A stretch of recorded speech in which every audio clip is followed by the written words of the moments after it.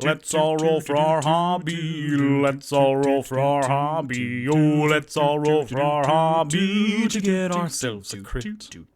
Tipsy's drunk as shit. Onyx loves to hit. Ooh, Rock's magic is handy. Toot Toot's music is dandy. So let's all roll for our hobby to get ourselves a crit. Let's all roll for our hobby to get ourselves a crit. Come, friend, now lend me an ear for a tale of Victor the Weird. He went on an adventure with he, him, and himself, and also his mighty fine beard. Now gather round, I'll tell you about this mighty beast. He may look as human, as mere as you, friend, but soon your eyes will feast upon this marvelous creature with many body parts. His one shirt may fool you, but what if I told you his chest had 4 red hearts? One mouth but 1,000 voices, one mind and limited choices. 2 handsome dice, 2 handsome dice. The audience rejoices. He's going to play D&D with him, himself, and he. Those are his pronouns, it's really profound. It's time for D&Me, featuring Victor and Victor and Victor, and Victor and Victor and Victor, and Victor and Victor and Victor and Victor and Victor and Victor and Victor. One knows who knows how many repeats. So come and sit down in an empty seat. It's time for D&Me.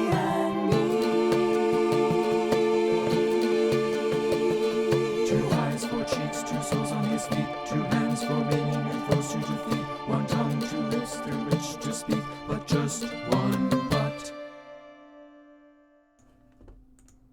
Hello everybody, I'm Victor Rivera, and welcome to D&Me, where I play with myself. I play D&D with myself, and welcome to episode 48. This is the anti-penultimate, that means third to last episode of season 1 of D&Me, and thank you so much for being here. The theme song is produced and performed by Bradley Owens. You can find them at Bradley Owens, Bread L-E-Y, on Instagram. And thank you so much for being here. I laughed right at the beginning with the theme song because my dad put 2 skiing emotes in the chat, which is just great. Yes, holy cow, a lot of great stuff. Let's go on into the D&M pre-show. So, since last episode was a big battle, there are a lot of D&M revisions, because I listened to it and then I paused it and I was like, well, whoops, and then I listened and more, and it's just great. So, first of all, some information. 1, Tiamat is the goddess of the dragons. She is the dragon goddess of evil, and I said that she was chaotic evil, and she's actually lawful evil. I looked that up, and I was like, oh, wow, interesting. All right.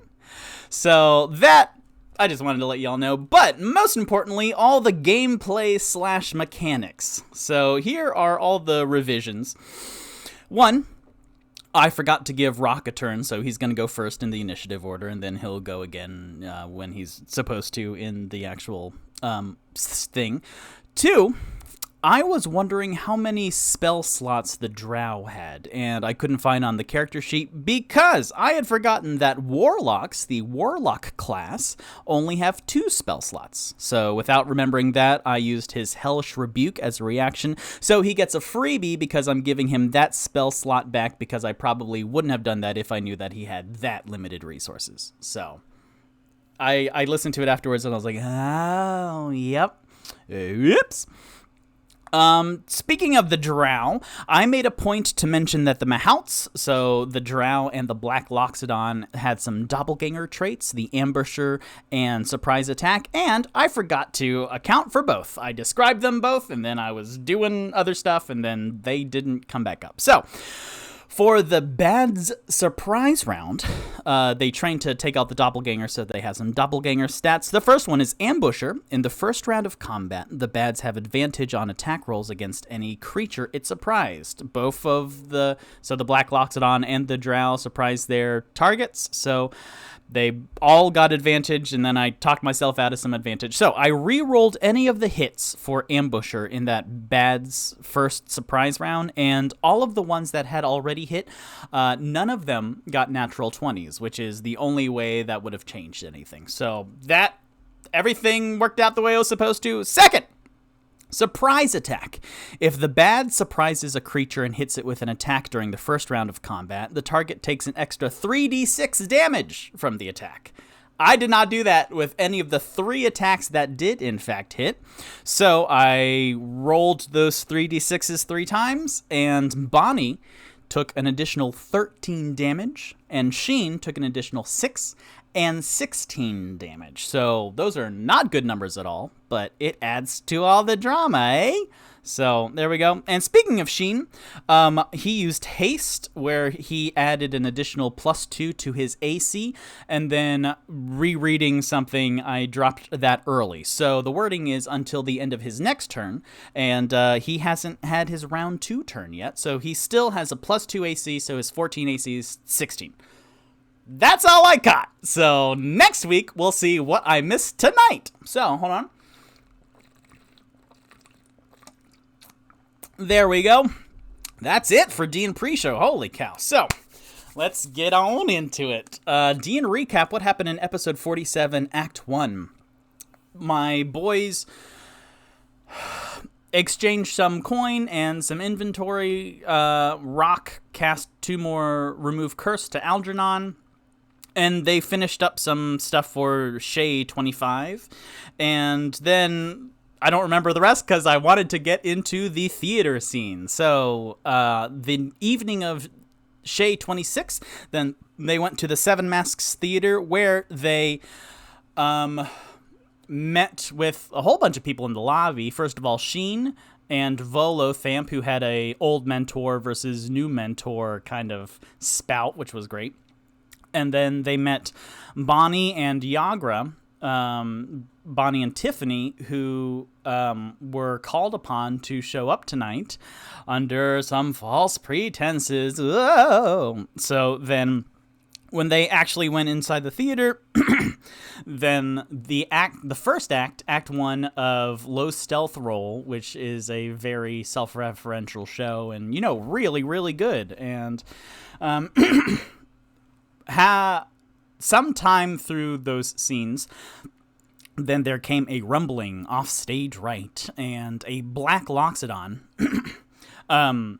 interrupted the scene and started attacking Sheen, and the drow that stabbed Toot Toot in episode something companionship, then he turned out to be behind Toot Toot and Bonnie and Tiffany, and all of them sitting, oh boy,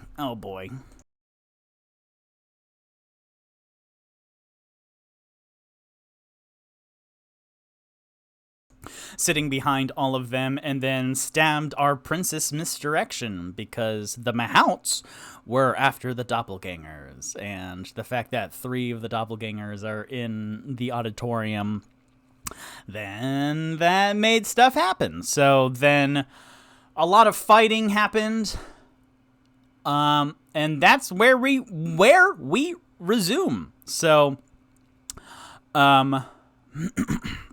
boy. Okay. So, thank you again so much for Shay Piku, who did the cartography of the Grand Opera House that I am using for this little mini arc. And yeah, here we go, hey? Oh boy, Rock's turn. But first, something important that I need to roll. +2. Alright, so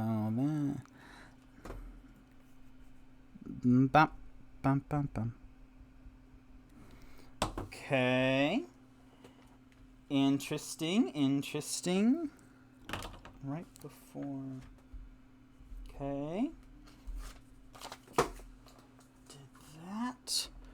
Cool. What about Onyx's turn? Onyx went, he did reckless attacks. Oh, you meant Rock's turn? Haha, you did it too. Yeah, Rock's going first, but I needed to roll something before Rock, and I just did. So, we are all good. Whoops, I got it wrong. See? Yeah, it's hard, huh? Yep. Rock and Onyx Thank you for validating my most common mistake. All right, here we go. So, indeed, it is Rock's turn first.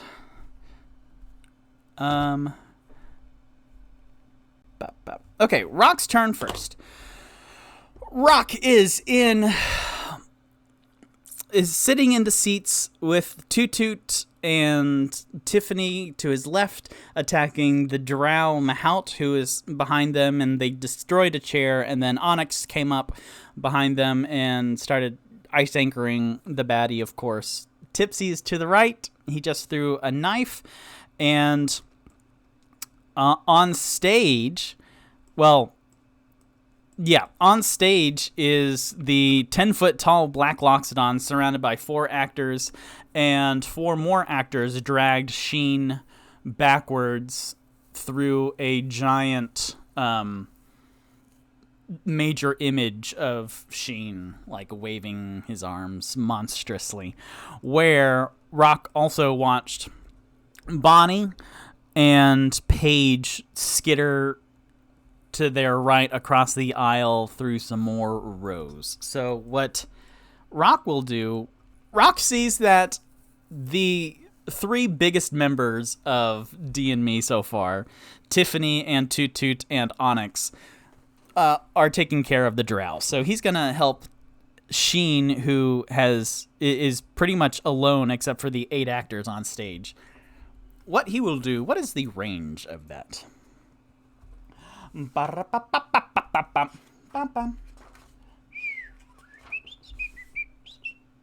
Okay. Yeah, that's fine. So, Rock will... Ooh, I like this. I like this a lot. Okay, Rock will use some of his movement to go out into the middle of this aisle right here, and so that he kind of puts himself between the drow on the left and then the 2 retreating ladies on the right, and then across the way he will aim towards the stage and he will summon in the Black Loxodon's mind that the 20-foot tall actor who's gesturing in the air, which wishes cast, that it's going to slam one of its illusionary hands down at the Loxodon, because Rock will cast Phantasmal Force. Ooh, which is concentration. Okay. Which is concentration, so he's concentrating right now. And even though the Black Loxodon earlier determined that it was in fact an illusion, he didn't expect for it to actually do damage. So, let's see. That is a intelligence check. Yeah, intelligence saving throw for the Black Loxodon. Intelligence is -1, so that's a very good decision, Rock. 16 -1, that's a 15. What did he need to beat? He needed to beat a 15. Yep, crap. So, yep, that meets it, it beats it. So, Rock telegraphed into the Black Loxodon's mind that the illusionary giant actor, Sheen, like, smashes down his giant hand at the Loxodon. However, the Loxodon previously had determined it's an illusion, so does it take half damage? If not, fail. Nope. Yep, okay. If it succeeds. So, this attempt, there are now very 3D red and blue image, 2 Sheens in the Black Loxodon's mind. One is just waving his arms around,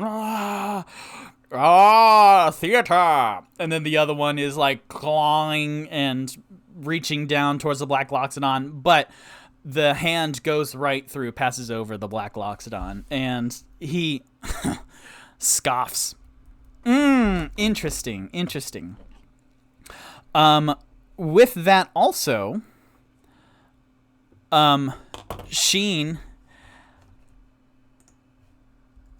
kind of all three Sheens, the two 20-foot tall illusionary ones, and then the Sheen being dragged backwards by the 4 actors, in order to resume the Sheens.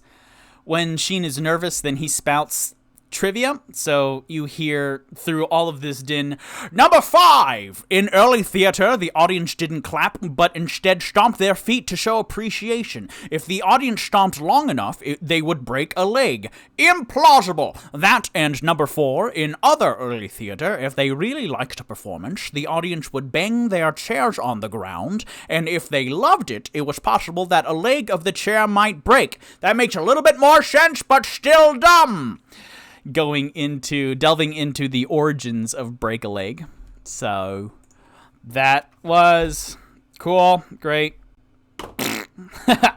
Now it's the Drow's turn. So let me check all of the... Okay. The Drow is between a rock and a hard place and an onyx. The not rock in a hard place. So, okay. As far as I remember, then the Drow was oh boy. The Drow was getting his silvered saber out of Bonnie's. And he might have already taken the silver saber out of Bonnie's chair that is being destroyed. You've waited this whole time for rock in a hard place joke. Yeah, didn't really work, but there we go. I have like 15 possible rock jokes that just haven't come up yet. But he's standing there. There's a looming blue half-orc in front of him to his left. Over the broken chair, there's a Loxodon bard to his immediate left, and then to his right, and then to his immediate left is a dwarf barbarian. He will try. He saw Bonnie skitter away, crawling to the right, and some other movement of the bronze dragonborn and the purple half-orc wizard go that way. So he will roll to see if he can keep track of Bonnie as she goes. So let me roll for that real quick. Let's do these. I will have it at disadvantage because they're like crawling through people, and there's just a lot in the way. A 10 and a 4. That's great. So perception. Ooh, perception is +4 though. So that 4 + 4, that's an 8. That's not enough to do it. Thank goodness, because hoy boy.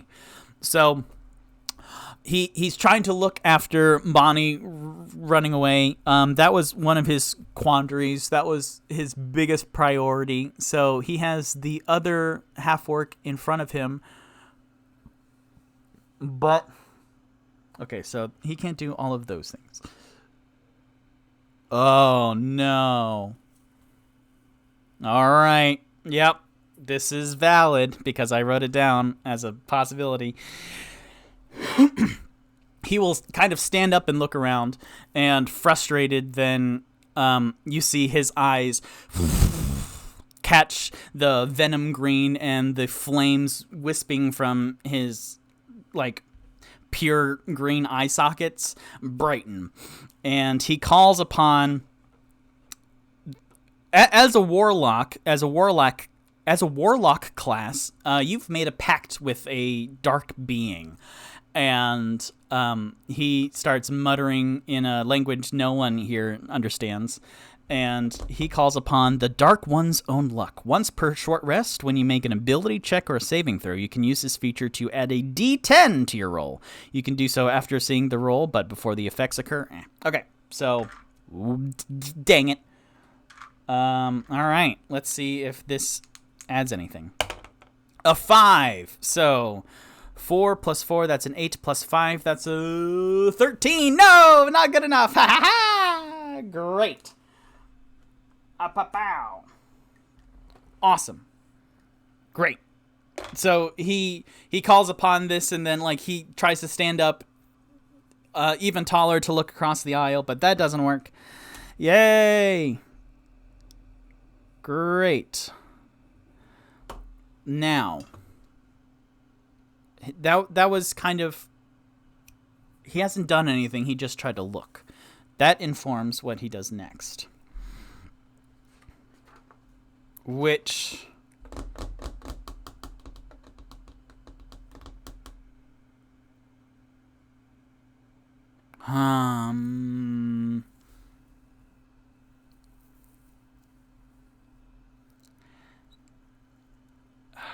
he only has 2 spell slots. He's getting pummeled right now. Okay. Yep. It's all valid. Dang it. So, Toot Toot, who is in the middle of this fray, also recognizes the very similar disorienting vision of the drow disappearing and then reappearing unnaturally far away, which is exactly what happened once the drow stabbed Toot Toot, and then Toot Toot was like blinking and his world was spinning and then turned dark, and then when he opened his eyes again, then the drow was unnaturally far away, which mechanically speaking is the spell Misty Step. So the drow will appear 30 feet away.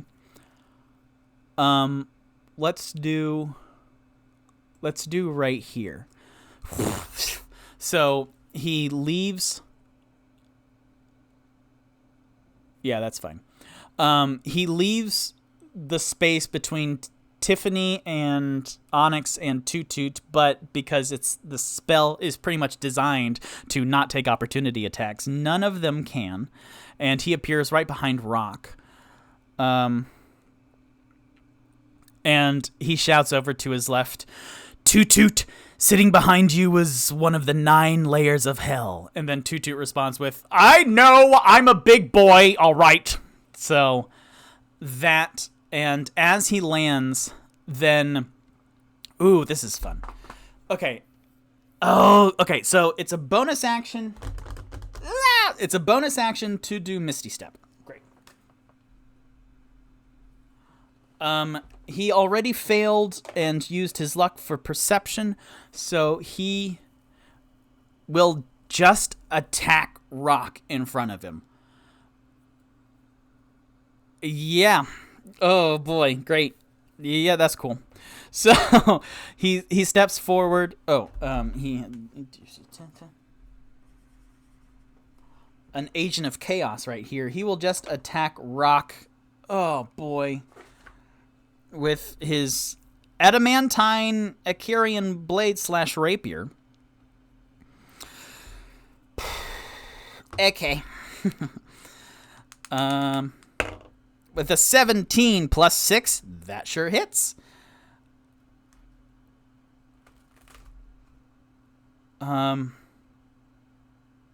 What is Rock's armor class?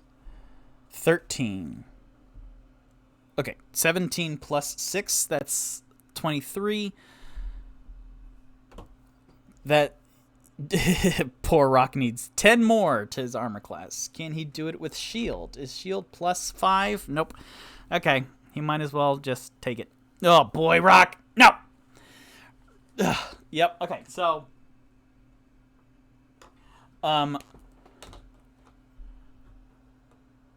yep, okay. He will slash Rock's back as Rock is like extends his arm out towards the stage, and then too slow, Rock turns his head around to see a saber come at him. Oh boy. Okay, that's 1d8 plus 3. That's a 2. Woo! Great.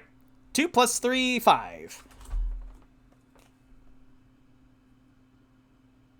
All right, Rock is down from 12 hit points to 7 hit points. The Drow has Thirsting Blade. You can attack with your packed weapon twice whenever you take the attack action on your turn. So that's an extra attack. He will roll again. That's a 3! Plus 7, plus 6. 3 plus 6, that's a 9. So after Rock gets slashed over the back and then sweeping the other way, the Drow tries to hit again, but Rock dodges out of the way. And as the Drow carries through with his second weapon attack, then his right leg like buckles underneath him, and you see him fall down to one knee, and he looks really, really rough. He looks very, very bad, and that he shouldn't be standing, but you kind of see, like, from underneath his fingernails, this green glow, and kind of in his nose, very much I described earlier, where you hold your hand up to a light and then you see the light shining through the webbing of your fingers. Well, you see like his nostril and inside of his mouth and his ears kind of glow very bright with this green light, which is only intensifying.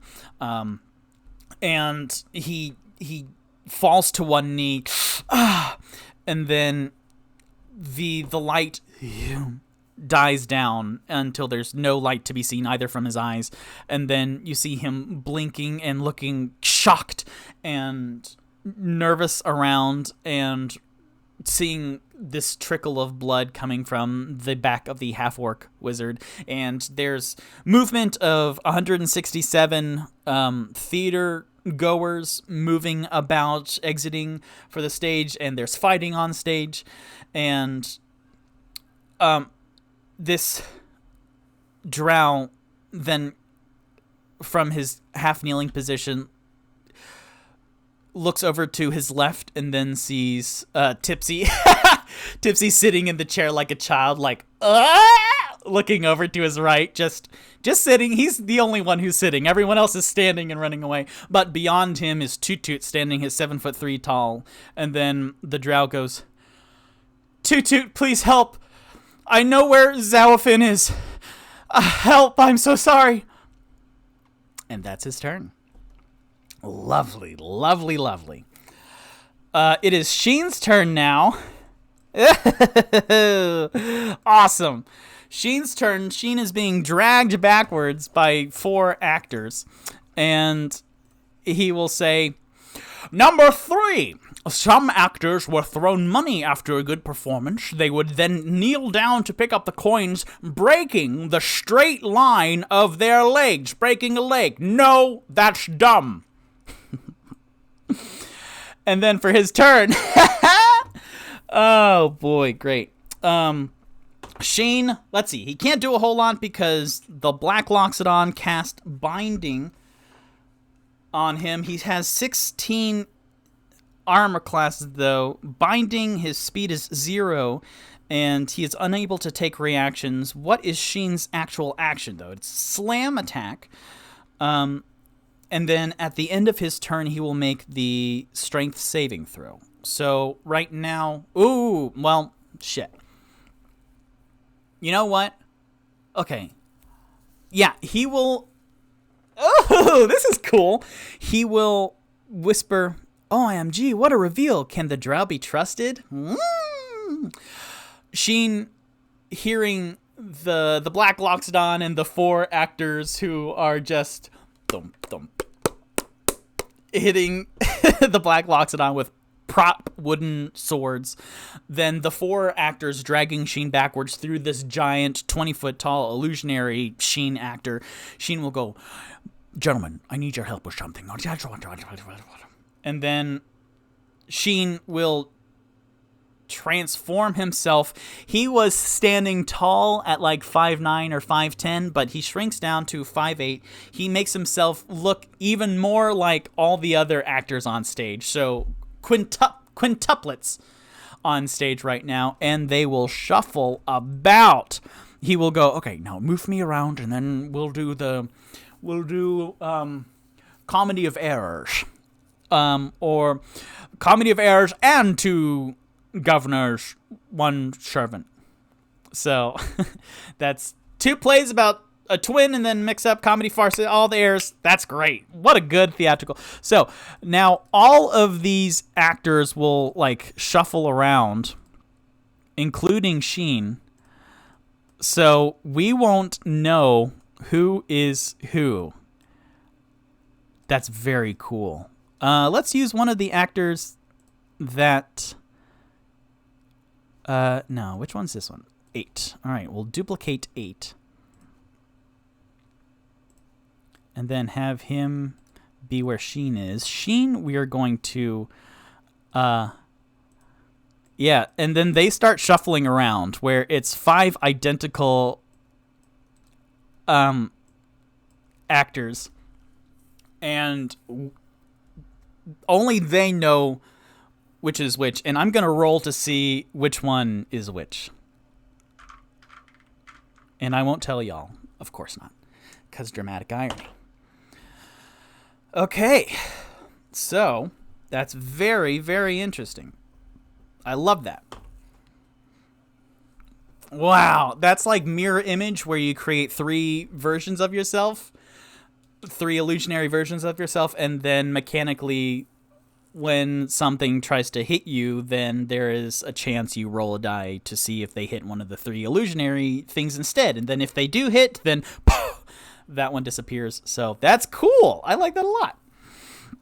That's Sheen's turn. Now it's and then strength saving throw. I wrote down like an even better list of order and initiative, because it literally in the last episode, I rolled all those initiatives and then I had all the redundancies. It took me, I guessed at the very end, I was like, wow, well, that was a very important 15 minutes. It was exactly 15 minutes minus like 4 to 6 seconds. I don't remember which one it was, but I looked at the beginning and end of all that, and it was 15 minutes minus 4 to 6 seconds, and it was amazing. So, let's see. That is Sheen's turn. He does lose his 16 AC now. Let's see. Oh, because he can roll to see if he gets haste back on a 5 or 6. So let's roll for that right now. He does not get it. That's a 1. So he does not get that back. He loses his 16, and now a strength saving throw. Strength saving throw. His strength is -1. Cool. Great. Let's do this. Which one felt better? This one feels fine. A 2, -1. Nope. He's still got. Wow, that stinks. Yeah, and a -1, so he needs to. What does he need to roll in order to get out of that? So he needs to roll a 15 or better eventually. All right. Cool. So it's Toot Toot's turn now. Toot Toot back over here. Toot Toot just heard this drow say that he knows what happens to Zalafin. Toot Toot, does he have any magic to amplify an insight roll? Because that would be cool.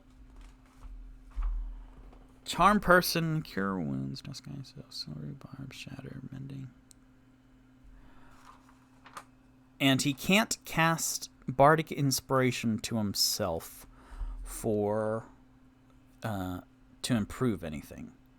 He should cast bardic inspiration just because we have it to someone else. But he will roll insight, where he has +4 insight to see if this drow who has been causing a lot of harm. That's a 4 plus a 4. 8. Another 4 and 4, 8. But I like it.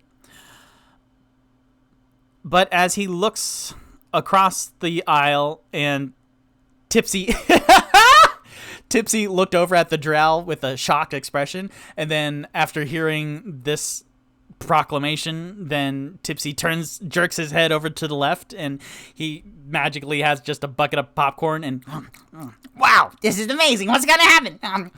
Drama. and Toot Toot is looking past Tipsy, who's being a goof, to this injured drow who's on one knee. And then he thinks, oh boy, this is great. He looks over at the drow who's on one knee, and Toot Toot blinks, and the drow suddenly becomes more feminine. The frame thins up a bit. The face structure is not as masculine. And staring back at him through these pleading eyes is Zawafin, who was Toot Toot's first love, a drow woman who Toot Toot had a past with after Toot Toot left his herd in the Sandless Desert. Then he ran away and explored the world. He traveled across seas, and his first job that he got from a notice pinned up in a tavern was to go out and destroy this monster and bring back its pelt. And rowdy in the pub was this band of traveling bards, and of the group, then there was this very slight, very quiet, until he got to know her, drow, and he joined the group and went off to find the monster. And Toot Toot had a huge aversion to sitting by the campfire, because back in his herd with the Cage D, then it was only bloody celebration of a victory against the Mahouts, or a mournful, rageful bonfire of a loss of the Mahouts in that day. So Toot Toot always sat outside of the range of the firelight while he was eating his supper. But when he was with the bard group, then he was sitting outside of the range of the campfire in the tree line, and then Zawafin came up, and they started to talk, and she offered him food, and they got to know each other. And then Toot Toot, remembering all of this, looking at the wounded drow on one knee, then his lilac pan flute around his neck starts to glow and warm, and then the tingling on Toot Toot's lips intensifies, and from his lips and from his chest, then he feels a warm washing sensation, this all-body tingle, as he looks over to Zawafin, and a lilac heart beating very fast. You can see the light energy through the chest of the drow, and then radiates, and then this very dark auditorium that was lit for a performance on stage, then from both of their lights, Toot Toot is emanating this beacon from his chest, and then Zawafin's form brightens up the whole seating arrangement. And evens is yes, odds is no. 8. Even, yes. So everyone else can see this also.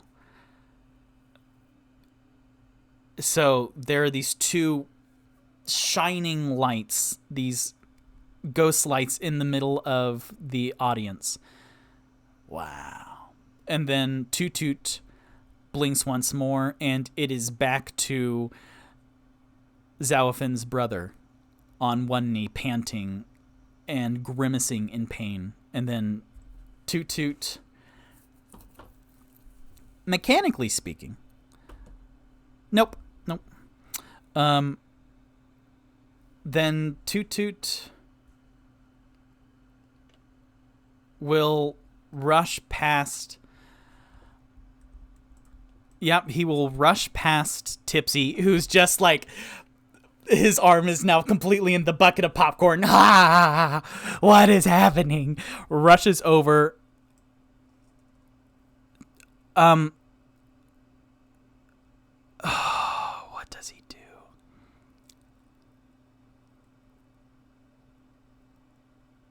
He will rush to the other side of Rock and this drow to block the drow from going towards Paige and Bonnie. But he reaches down. What on God's green earth?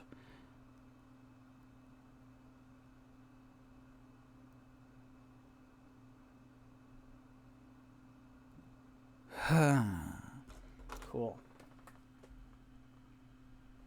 So that I will consider all as his actions. So both of them right now are like, this is great.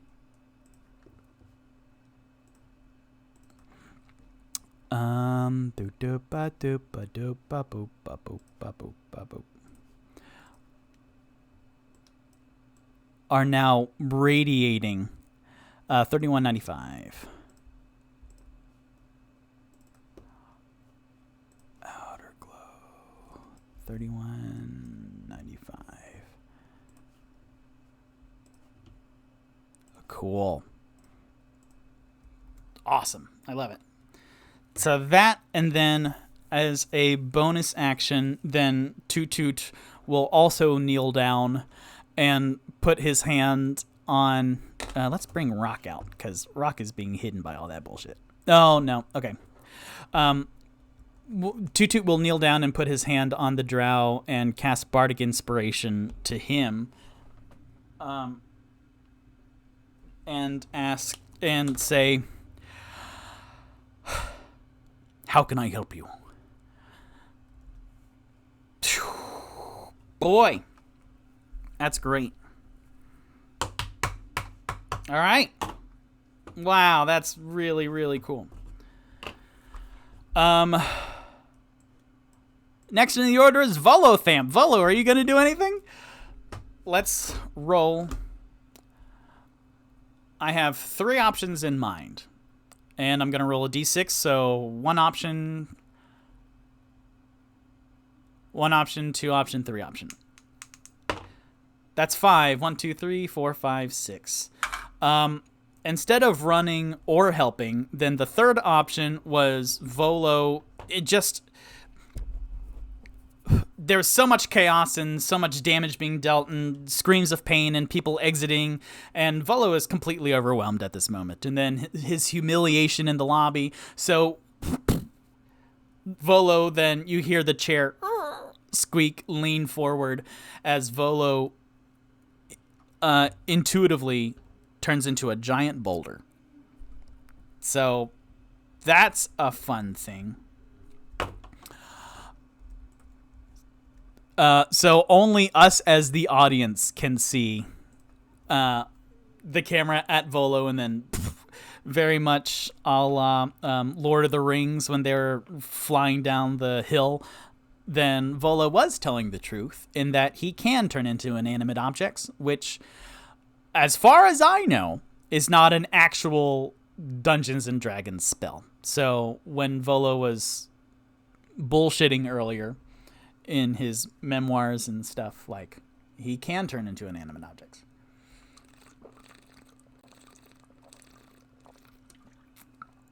And if Rock were to have watched, then he would have gotten 1 point in the, oh, Volo is worth something. Alas. Wow. Great. A lot of stuff. Yes. I want that to resolve, so.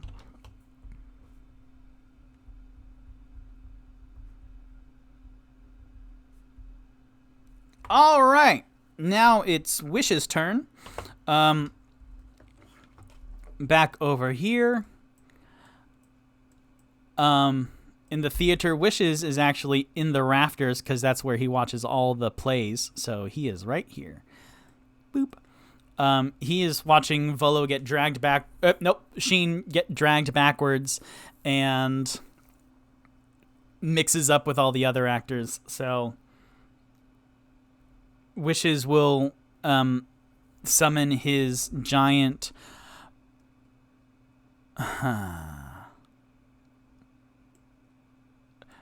Yeah, he will command his giant 20-foot tall illusionary Sheen actor to just kind of hop back and forth and like wave his arms around even more chaotically, distracting, trying to throw the Black Loxodon off and like spin around in circles, like hopping and This is called blocking. Great. Switches his turn, but then also you hear one of the Sheens. Oh bother! As the Sheens all shuffle, then you hear Sheen's voice emanate upwards through the 5 actors going, "Number 2, back in ancient times, instead of sitting, the audience stood right up to the lip of the stage, and if they liked what they saw, they would then drool. The concept being there'd be so much drool on stage that you would slip and fall, breaking your leg. As implausible as the others, but at least that one's imaginative." So that's Sheen's spouting of some more trivia. Now it's Ding Dang Rock's turn. Rock, what you gonna do, buddy? So now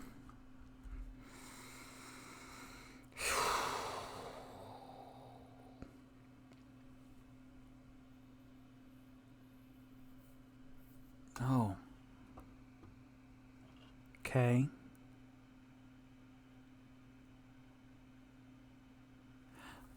Okay.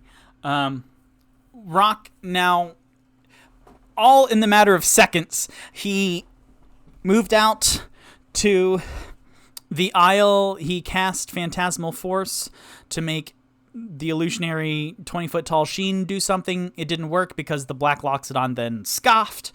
Then Rock had a slash up against his back, and then all of a sudden 2 blinding lilac purple lights flood his heliotrope skin, and for his turn, he is going to stumble forward out of just the complete blinding lights to kind of the lip of the stage, and then to the Black Loxodon, he will...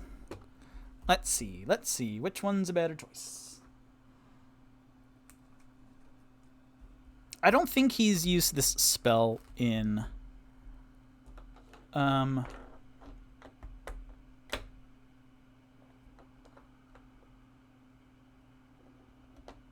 Ooh, okay. Phantasmal Force was concentration, but didn't work. So he can drop that for another concentration spell. Does he want to do that or that? Does he want to do that? Yeah. That's been a motif throughout D&Me. So he walks forward, and then to the person attacking his mentor, then he casts Witch Bolt, which crackles across this way, closing the distance, into the Black Loxodon, because this would be sustained throughout. All right, so... let's go to magic. Let's go to Witch Bolt. Now it's concentration again. He's just going to...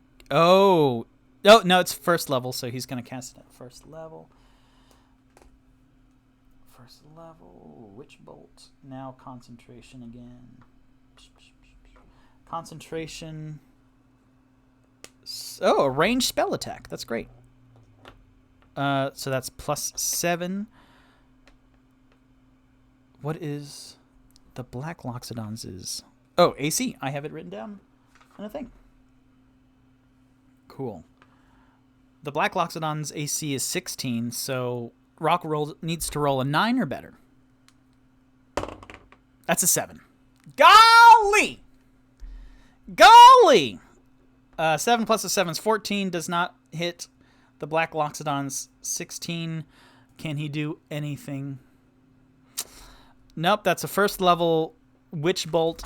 So, seeing the 4 actors around the Black Loxodon, then Rock tries to do some calculations in order to not hit any of those, but then he takes a fraction too long, and his Witch Bolt cracks elsewhere. Okay. He's trying, though. Phantasmal Force and Witch Bolt. Yep. None of those have done so far. Good. Is my marker dying? My marker's dying. That's not good. I have another one somewhere. Are you done? It doesn't matter. It's still fine. So, Rock, can you do anything else? Not really. Just magic. Oh, boy. All right. And because Sheen spouts out theater trivia on Sheen and Wishes and Rock's turn, then you hear from the group of 5. And coming in at number 1 for the origin of Break a Leg, producers of vaudeville would have many individual acts on standby behind curtains backstage for that night's show, and the only way you get paid would be to be called onto stage to do your acts, thus breaking the sight line of that curtain, which is called a leg. And that's the origins of Break a Leg. Hey, great. This. All right. Okay. All right. That's Rock's turn. Next is the Black Loxodon, who... Black Loxodon. Okay. The Black Loxodon now seeing 9 of the same actor on stage, just is getting frustrated that this job isn't going easily, and he yells over his shoulder, "I know the other Loxodon is out there in the audience. I can't see you, but I just want you to know that I'm having a really good time." And it's funny because as part of the Mahouts, then I helped defeat some of my cousins, some of your tribe members, and let me tell you, more fun than seeing them die, the life drain from their eyes, is still knowing you have no idea how we got the leg up on you. And then with his venom green eyes intensifying, then he will, he will plow through. You know what? He will head towards the 5 Loxodon, 5 actors, just heading straight into the illusionary bit. Nope. He will shove past these 2 actors. So all 4 of them have opportunity attacks. 2 of them have advantage on it because they are flanking, which means that you are 180 degrees on the exact opposite end.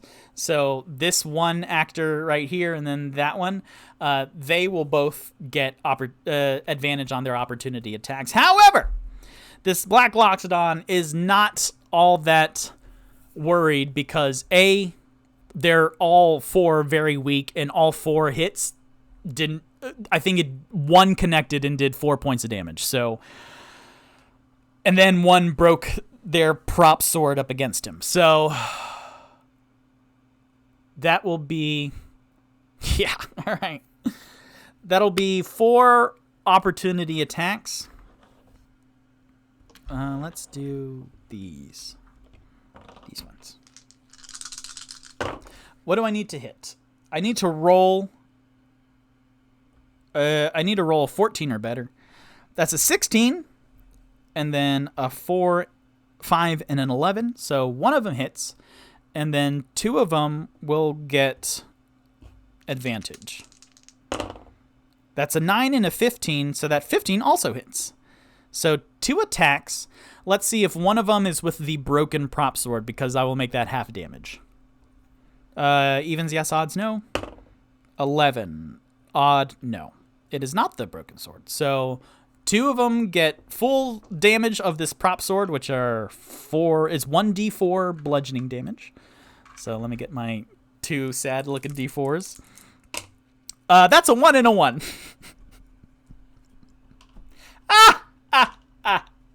Sure. Yep, that might as well happen. Great. Lovely. Yeah. Doing half the damage that happened earlier, then scoffing even more, even louder, even deeper, then the Black Loxodon just parts right through all of them, and then you hear the just the sad thumping of these balsa wood prop swords, as then this... Oh, boy. All right. This Black Loxodon's probably going to kill some actors. Because they all have 4 hit points. Is that right? What did I roll for them? They have 6 hit points, so... But the Black Loxodon's probably going to kill them. Black Loxodon. All right. Black Loxodon. Yep. Okay. The Blood Hunter attacks twice with a weapon. He has a adamantine maul, so he will hit 1 for one, 1 for the other. Yep. Might as well. So, against... okay, so let's... How do I want to do this? He will roll twice. So, against the first actor, that's a natural 20. One of these actors gonna die. Natural 20, so that means double the dice damage. Let's see if he hits our Sheen actor. I will roll. If he rolls the 1, then... 1, 2. He does not. That's great. So, he does hit this one, though, with the natural 20. Okay, I will... No, I'll resolve that right now. So, the Black Loxodon just walks right up and then hits the first actor he can see, which is this third one, the one closest to him. With a natural 20, that is 27 to hit altogether. The actors have 10 armor class. That is 2d6 plus 4 damage. So this 3 and a 5, that's 8, and then times 2, that's 16 plus 4, so that's 20 damage altogether. 20 damage.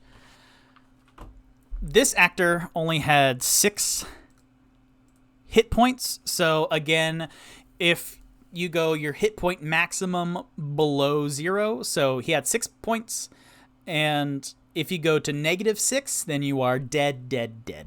So you need some resurrection spells in order to but no death saving throws.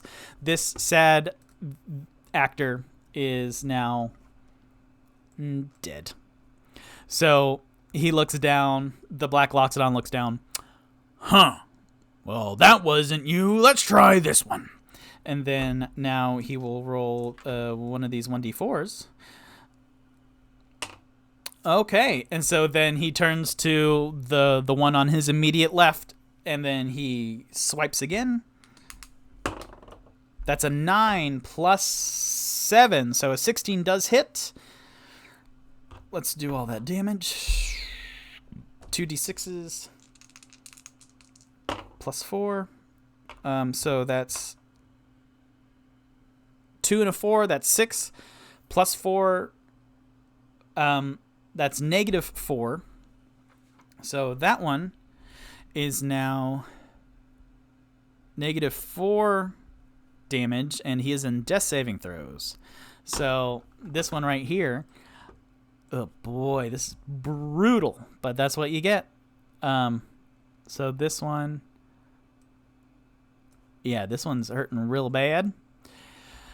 He's in death saving throws, and the Black Loxodon looks down at, like, pulling back this red paste at the end of his maul. He kind of twirls it around in his hands. Huh.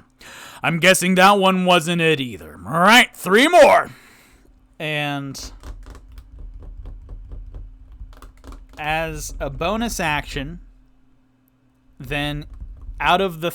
no, he'll wait. He'll wait. Boy, this is bad. This is real bad, y'all. Okay, yep. And Toot Toot's having a rough time because he heard both of the Mahouts attacking him personally. Well, one of them, like, spoke to him. Oh, boy. All right. Tiffany's turn. What's Tiffany gonna do? Tiffany's down here.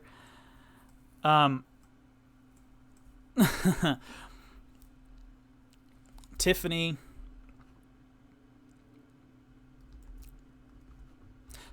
charges up to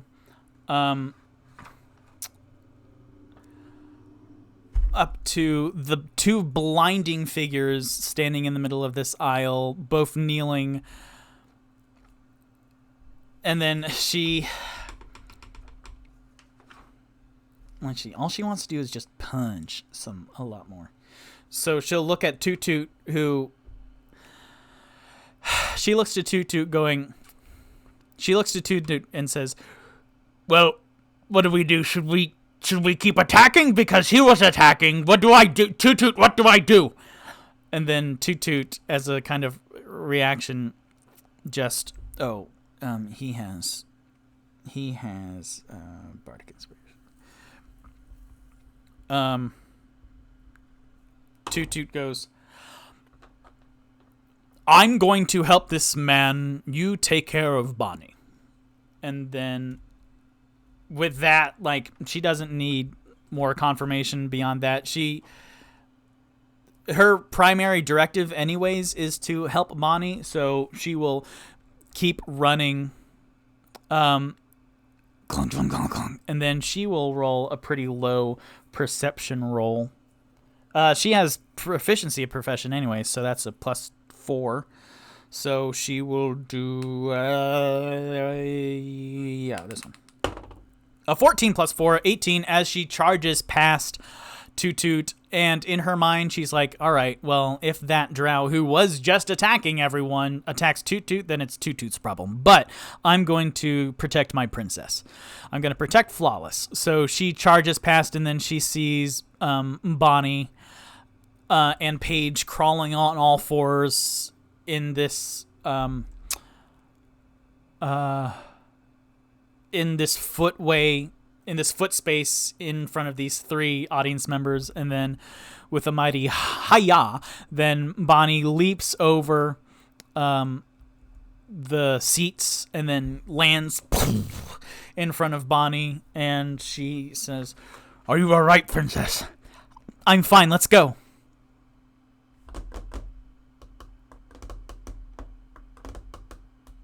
Cool. That's a lot. Let's see. Tiffany, she's not looking great. Like, she's looking fine health-wise.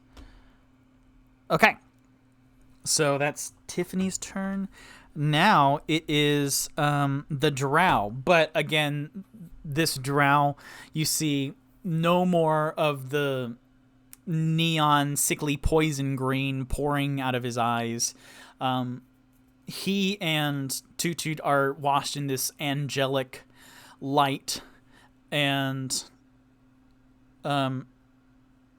interesting. Then the drow sees Toot Toot lower himself onto a knee and then talk to him, and then the drow coughs up this inky, dark, purple blood, and he looks up at Tutu, and says,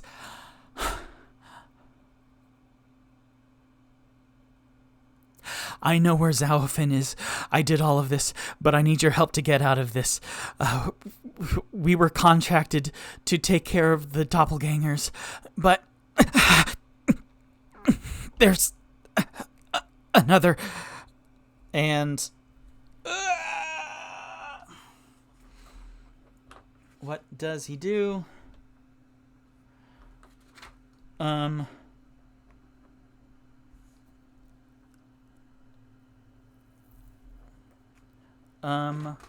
Can he heal himself? Can he hold person? Ooh! Ah! Ah!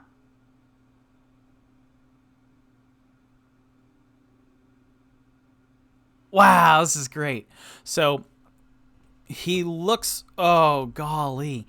He looks over at the stage where a witch bolt just flickered off, and you see okay, cool. You see a witch bolt flicker off, and then the Black Loxodon is just mowing down these actors, taking 6 opportunity attacks from 4, and then downing 2 more. And the drow goes, my name's Zavran. Let me help. And then he reaches out his hand to cast his last warlock spell towards the Black Loxodon, and then he will cast Hold Person on the Black Loxodon. Whoa, what does that mean? 251. Cool. 251. Zavran. Hold Person. Choose a humanoid that you can see within range. The target must succeed on a wisdom saving throw or be paralyzed for the duration, which is concentration up to 1 minute. At the end of each of its turns, the target can make another wisdom saving throw. Cool. What Black Loxodon is your wisdom spell? Was your wisdom saving throw is +6. And shit. The Blood Hunter has advantage on saving throws against spells and other magical effects. So he has +6, and then he has advantage, which is not great. But if it works, that would be awesome. Both of them are 19s! Yoof! Narrative. You don't want this Black Loxodon to be touched at all. So with 225... What? That is not what I expected at all. Ooh. So with two 25s. Oh boy. With 225s, and the Black Loxodon feels this splash of again dark purple magic up against him, like brush splashed up against his shoulder, and then he looks around and then sees this prostrate. Is that what kneeling is? The drow with no green magic coming out of him. And then the Black Loxodon calls over into the audience, pathetic! And shit. All right. Then Zavran.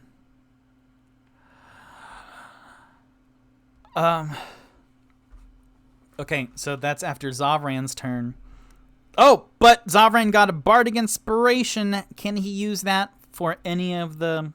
It's a Wisdom saving throw, so no, not really, because both of the 25s, if I used one of it, yeah, no, that's not going to work. So then... Oh, boy. Then... joining the chorus of, it didn't work against the Black Loxodon. Then Zavran bows his head in disappointment and shame, and then he lifts his head to Toot, and for long exposure photographs, then from the bowed head, then you see line of venom green magic in his eyes, and then the drow looks back up to Toot. He wasted my last spell. Fuck that!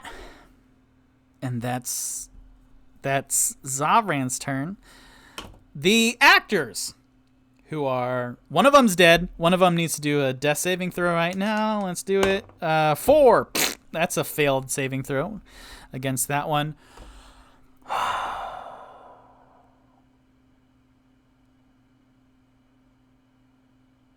What can they do? What can they do? All right. So these 4 actors. Oh, boy. This isn't great, y'all. This is... I knew... Oh, boy. Oh, boy. Oh, boy. No. Just... Okay. 1, 4, 3, and 5. 1, 4, 3, 5. So these actors will come around the Black Loxodon again, and all 4 of them will attempt a grapple, a shove action, where they will drag the 10-foot tall Black Loxodon, because, man, he is being impenetrable right now, towards the giant maw on stage to their right. Let's see, 4 actors.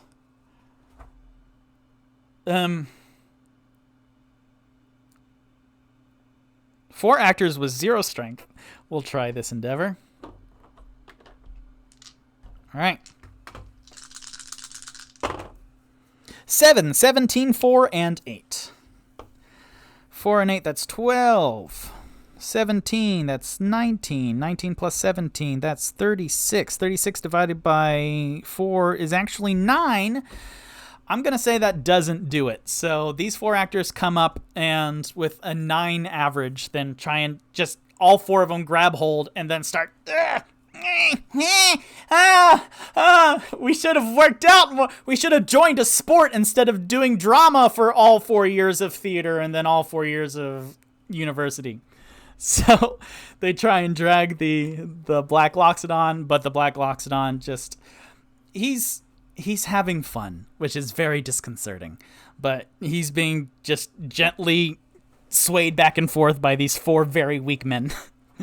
And then the other actors will... They don't have anything to do. Like, they have prop weapons.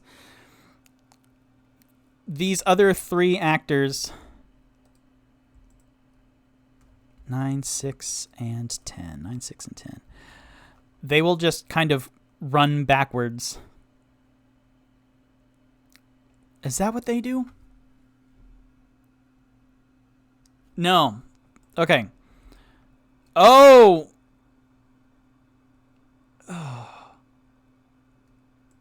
Because one of them has 0... One of them has 0 movement. So, 0 speed. If the other 2 grab a hold on the one that can't move, that will automatically give away which one moves. So,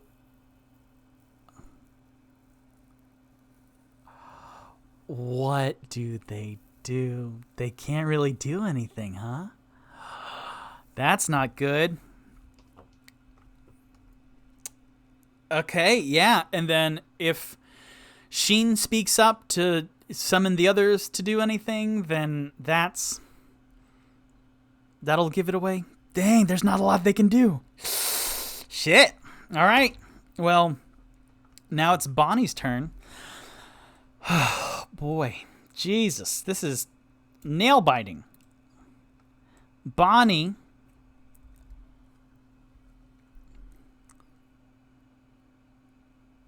can't do a whole lot either. Just run away. Yeah, Bonnie will just, like, scurry. They just kind of go towards the end. Paige and Bonnie and Tiffany are kind of huddled Secret Service bodyguard style around Bonnie. Oh, boy. All right. Well, that's Bonnie's turn. I was going to wait until the end of the round, but for the third episode in a row, I'm very well hydrated. So I'm going to call an intermission right now. Use the restroom, try and figure out stuff to do. Boy. All right. I will be right back.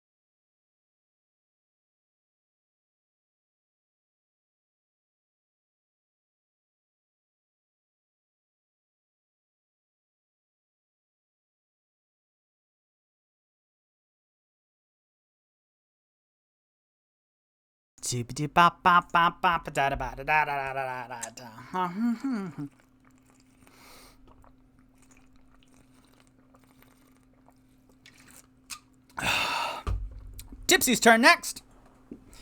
Tipsy. Let's see, what's easiest? Well, I know it's easy, but let me take a look at Tipsy's magic.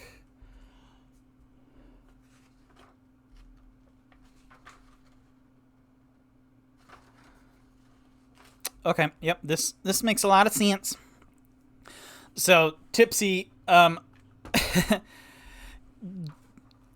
Tipsy getting to the bottom of his slushy, his white cherry slushy that he was drinking, and it's the at the end. Then he wipes his buttery popcorn fingers on his shirt on his front as he jumps down and goes, Man, oh yeah. What? This is not what I expected at all. and then he goes towards the group as they're blinding as to Toot Toot and Zovran. And he goes, Hey, so Toot Toot, he's good now? Yes, I trust him. All right. Hey, sorry about this. And then Tipsy pulls out his magically automatic throwing knife from Zovran's right shoulder, and he winces because that's the damage. Is it? Yeah, because you're not supposed to take the dagger out. So I will do some damage on that. That's D6. Sorry. That's a 6. That's full damage plus 4. So he pulls that out. Oh boy, I did not mean to. Yeah, I'll count that as, damage. And then he goes, That technically doesn't count as an attack. That's me retrieving my weapon. and then he goes down to the front of the stage. Hey, Rock. Well, hold on. Rock. Oh, God. Okay. Because the Black Loxodon is 10 feet tall and the actors are 5'8", then, being twice the height of all the actors, then the Loxodon, very much like Shaq, is just towering over all of them. And Tipsy goes, Hey, phew. and then throws the magically automatic throwing knife. Yep, and then it automatically hits, which is great and overpowered, and I don't care. And that's finally some damage against this Black Loxodon. So that is 1d6 plus 6. But for sneak attack, either you need to be hidden or party members are within 5 feet of the bad guy. So the fact that we have 8 allies and a corpse around the Black Loxodon, then that will apply sneak attack. So that's 1d6 plus 4, and then an additional 3d6 because of sneak attack damage. So I'm rolling these twice and then adding 4 altogether. So that's 5, 4 and a 1. That's another 5. That's 10 plus 4. That's 14. So Black Loxodon. The Black Loxodon with the maul is just. What's it when you have a scythe and then you chop down wheat? That's kind of what he's doing with the actors. And then as he's lifting his arm up again to plow through more, then into the same right shoulder, then the magically automatic throwing knife buries itself into the Black Loxodon's shoulder and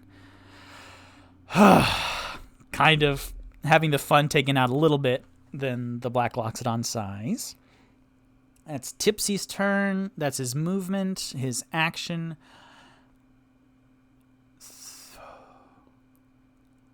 And then with his bonus action for cunning action, then Tipsy will hide behind this first row, behind these 3 the 3 audience members, and he goes, Hey, excuse me, pardon me. I hope you're enjoying the show.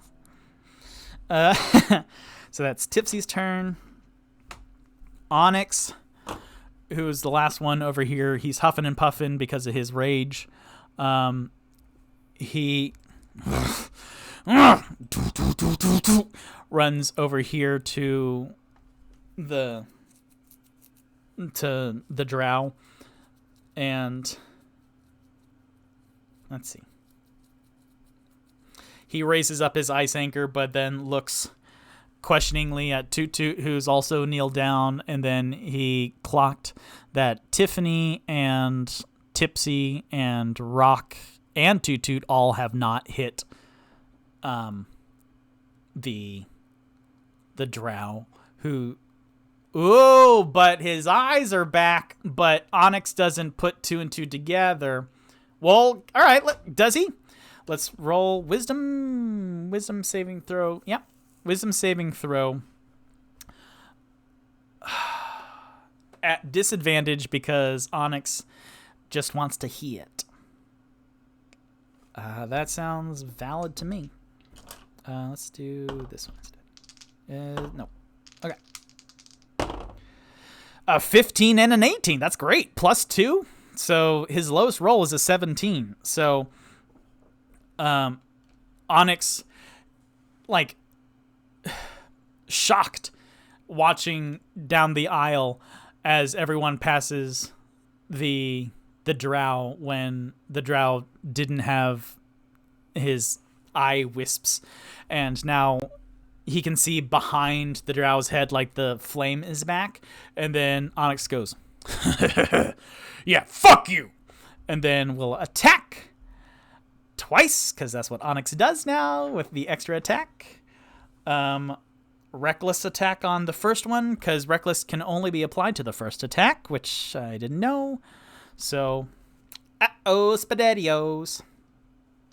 Oh, Onyx.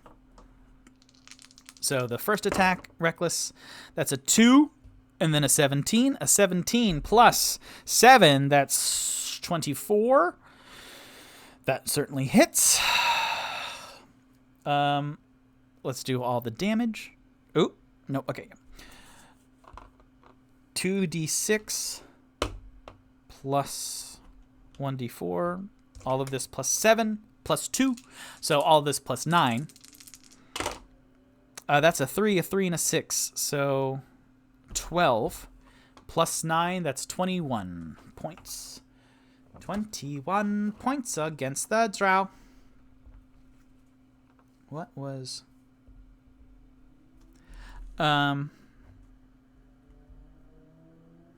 Okay.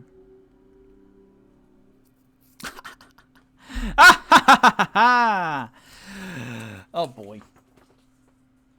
So Onyx walks up, and then Onyx still has reckless attack on him, so any... Oh yeah. Onyx walks up and then sees the green flames from behind, and then Toot Toot goes, "No!" Oh. Let's see if Toot Toot rolls a wisdom saving throw to put 2 and 2 together, because that would inform exactly what happens next. Ooh, hey, let's use you, buddy. 16 plus a 1, that's a 17. Then Toot Toot goes, "Yes!" And then the drow then falls on its other knee, and he is looking really rough. Like,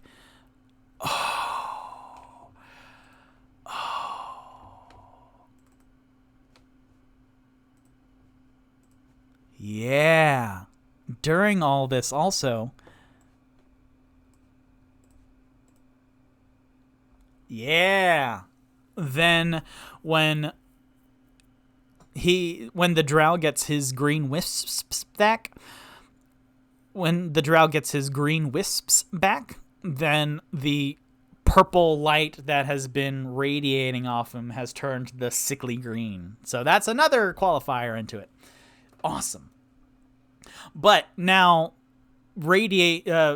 glowing this sickly green, then the drow falls onto his other knee also, and he's looking rough. Like, the green is now the green light is now shining through his skull also, and you can see very radioactive glowing from inside the chest cavity, so you can see all of the ribs and then the spine like an x-ray. So that's not good. But earlier it was just that loving purple light, but now it's turning more intense, which is very interesting. So that's Onyx's turn. Oh, Onyx will go again because he has an extra attack. 5 plus 7. Yeah, that's 12, which does not hit the armor class of the drow, which is 15.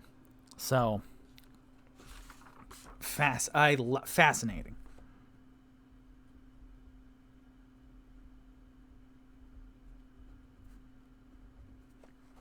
Does great. And then there's so much happening, y'all. There's so much happening. I'm gonna call it. There's gonna be another long one tonight, so buckle up, Buttercup. Next in the order is Paige. So Paige crawling with the ladies. But behind the pack, she will stand up. She will scoot a little bit back. She'll scoot 5 feet back and then stand up. Not really knowing what's happening. She just knows she's crawling away from the drow, and she can look over, and then Toot Toot and Onyx. Onyx just hit the drow, so they're still, I guess, in combat. But the Black Loxodon is looking just complete swagger. So Paige stands up, and then she will use...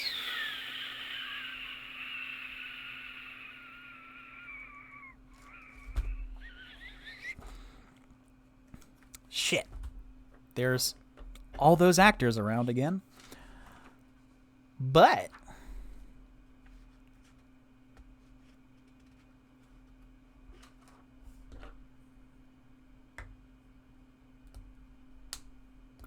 this is interesting because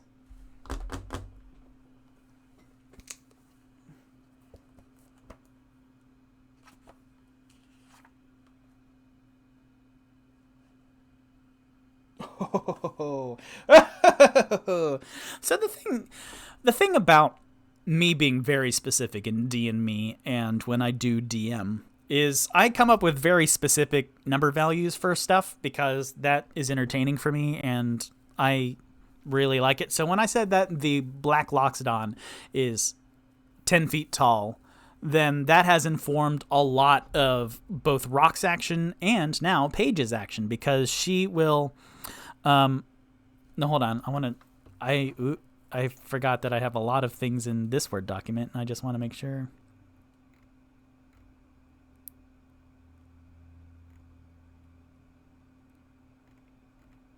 Okay. No, so far so good.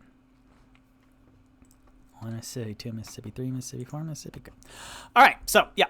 Paige stands up, and Paige, who was crawling behind Bonnie, and now Tiffany's joining, Paige feels a little bit more confident in Bonnie being protected, so she scoots back 5 feet, stands up, notices that there's a whole bunch of kerfuffle and actors being downed by the Black Loxodon, and she aims for just above. No, she will aim. Yep, she will aim at the Black Loxodon's head using a third level spell called Lightning Bolt, which is a stroke of lightning forming a 100 feet long and 5 feet wide. Wait, okay. A stroke of lightning forming a line 100 feet long and 5 feet wide blasts out from you in a direction you choose. Each creature in the line must make a dexterity saving throw. A creature takes a lot of lightning damage on a failed save or half as much on a successful one. The lightning. No, I'll get to that when we get to it. But with the Black Loxodon being 10 feet tall, then that was going to work great because then the 5 foot wide lightning bolt wouldn't have hit the actor right in front of him. However, the actor is 5'8", so those 8 extra inches, wink, get that actor got. So, yeah. Yep. So this bronze dragonborn a bronze dragonborn has innate lightning abilities, so she has a lightning breath, which is really cool. So I will add a little bit more lightning damage to that, but she recalls her natural magical abilities and then casts out towards where a witch bolt failed to connect, where a magical automatic throwing knife heads towards. And now the Black Loxodon needs to make a dexterity saving throw. Black Loxodon, what's your... just +1, so that's great. Black Loxodon. What do you need to beat? What do you need to beat? Need to beat a 15, so the Black Loxodon needs to roll a 14 or a better. Don't roll a 14 or better. That's an 18! God damn it! Fine, with a 19, then the Black Loxodon saves. He's like the Juggernaut, man. This is amazing. Yeah, I'm getting frustrated about how untouchable this Black Loxodon is. So that's 1, and then the Victor actor rolled a 7. So the Victor actor gets hit with the full 9d6 lightning damage, and then the Black Loxodon takes half of that. So 9d6. Oh boy. That's 6 already. That's all of his health. Uh-oh, Paige just killed someone. That's another 6. Okay. That's 6. That's 4. That's 8. Golly. That's 24 altogether. That's impressive. 24 damage. Oh, wait. No. +4. 28. Okay. God. Okay. Cool. So, yeah, unfortunately, this first actor turns into just charred ash on the ground because he took 28 points of damage. Oh boy. My actors are dropping like flies. So he is totally dead. Yikes. But hey, if anyone were to die, then I'm glad it's the 10 actors on stage. Boy, that's the worst sentence I've probably ever said. But that actor takes the full brunt of it, and then the Black Loxodon takes half of this, which is that many points. Okay, great. So, with that one actor being downed, then that narratively, most of the lightning went into that one, and then as he falls, then half of the remaining lightning bolt hits the Loxodon like in the back meat, and then he staggers forward a little bit, getting hit very badly. And he looks pretty rough. That's Paige's turn. Awesome. Whoa! So much stuff is happening, and I had the order. I knew a lot of what was going to happen, like what everyone could do, but the fact that so many things happen in the order that they did happen in, like I couldn't have predicted any of this. So this is going very different from how I thought it might, which I love it. That's the beauty of D&Me and of D&D.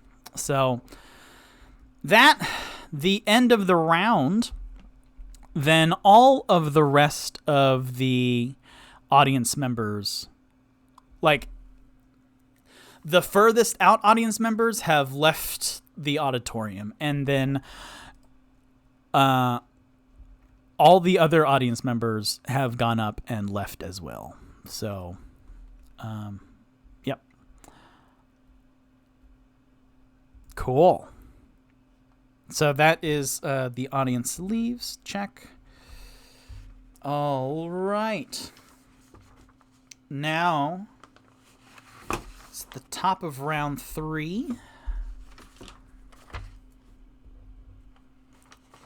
Okay, let's keep going, baby. There's still a Black Loxodon and then this Drow mess. At the top of the round, the Drow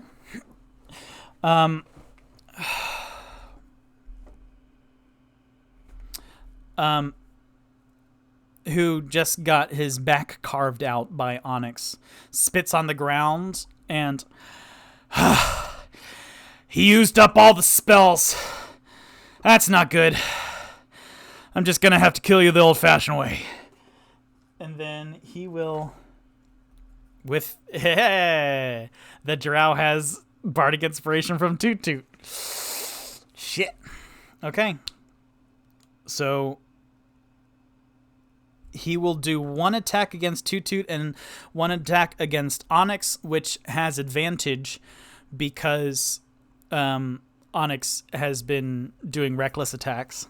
Oof, that's very good. That's perfect. That's exactly how it should work. So, oof. 15 plus 6, 21 against Toot Toot. Yeah, that hits. So that's 1d8 plus 3 piercing damage. 8. That's the full chimichanga. 8 plus 3, that's 11. Toot Toot is going to use something I've never done before called cutting words. Can he? Yes, he can. A bard, there's a couple really small things that these classes can do, but I have my head, again, doing 2,500 other things. So this is one where he will use...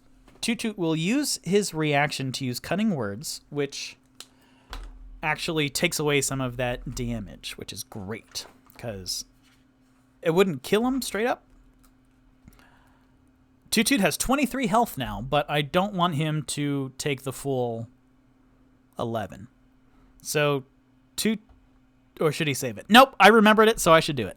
So, cutting words, an attack roll, an ability check, or a damage roll.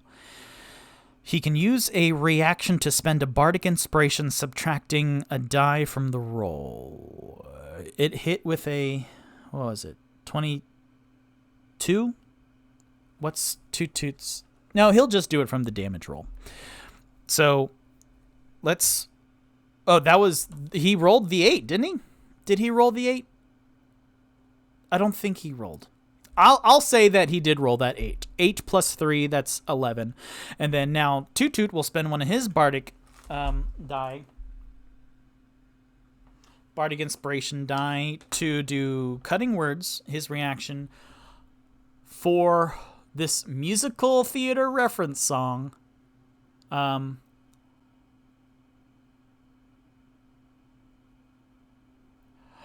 It's the Phantom of the No You Don't.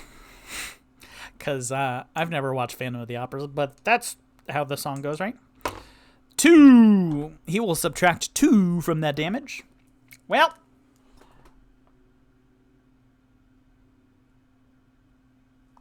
that was another song on the Toot's ongoing Spotify playlist, so it was worth it. So he used cutting words for the first time ever.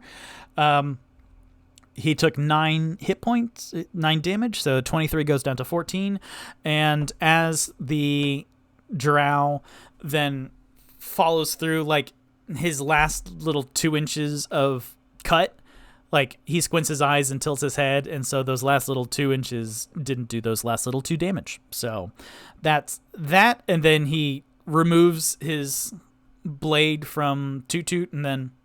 if you'll excuse me, and then turn around and then slice twice at Onyx, because he did a reckless attack, you dumb goofus. So, Onyx, what is your AC? Onyx's AC, oh, no, I don't have that written down. 16? Yes, 16. So, he will roll twice. That's an 8 and a 14. That 14 plus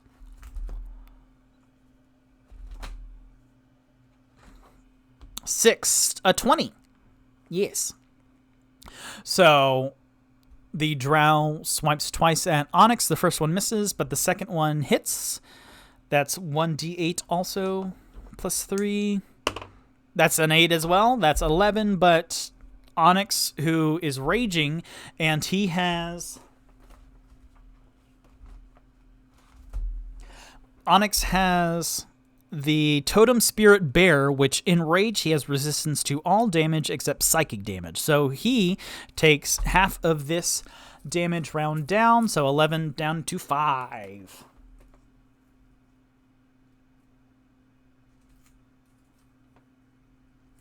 Yeah, Onyx is very good. He's fine. He's fine. He has his 55 health down to 50. That's fine. So that was, let's see. Oh, he doesn't have spell slots anymore. That's great.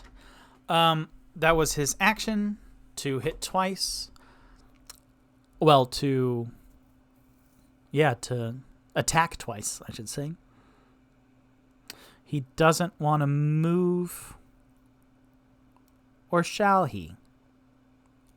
You know what? He will. Does he have any bonus actions or anything? He used his luck. That's attack of the thing. Oh. Action.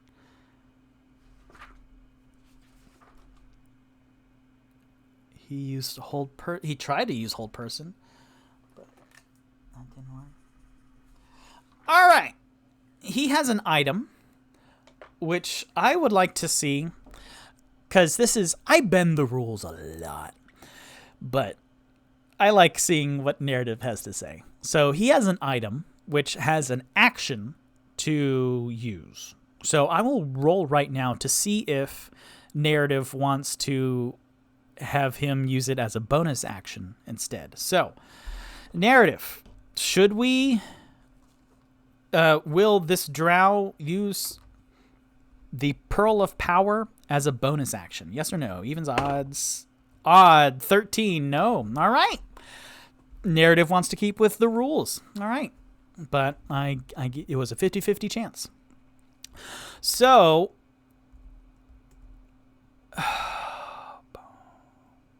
yeah. Having everyone else cleared out, then the... drow looks to his right and then sees Paige standing up doing the lightning bolt, but then also crawling towards the aisle is Tiffany and Bonnie. So he will move that way. 1, 2, 3. So he will... let's see if... he is moving out of Onyx and Toot Toot's area, so both get opportunity attacks on him. Toot Toot doesn't have a weapon prepared, but let's say that he has his didgeridoo. No, let's say magic Toot Toot.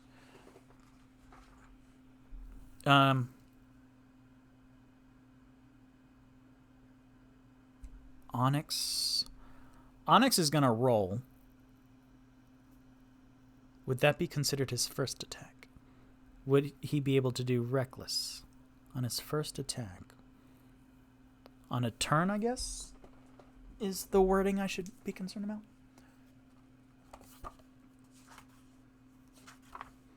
Starting as you can throw... when you make your first attack on your turn. Yep! It's on the drow's turn, so... Onyx can do reckless attack. And he will, because that's what he do. Reckless. That's a natural 1 and an 11. I think that 11 hits, though.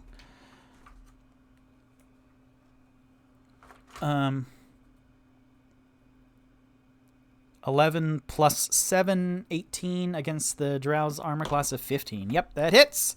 Let's do all that good damage. 2d6 plus 1d4, and then plus 9 to all of this. Uh-oh. That's a 6 and a 6 and a 2. So that's 14 plus 9. That's 23 damage.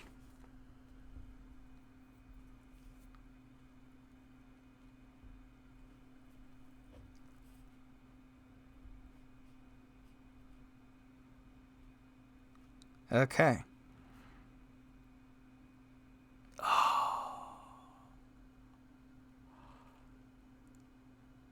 Interesting. Oh, Toot Toot already used his reaction. Yep, because that would have been good, but oh well.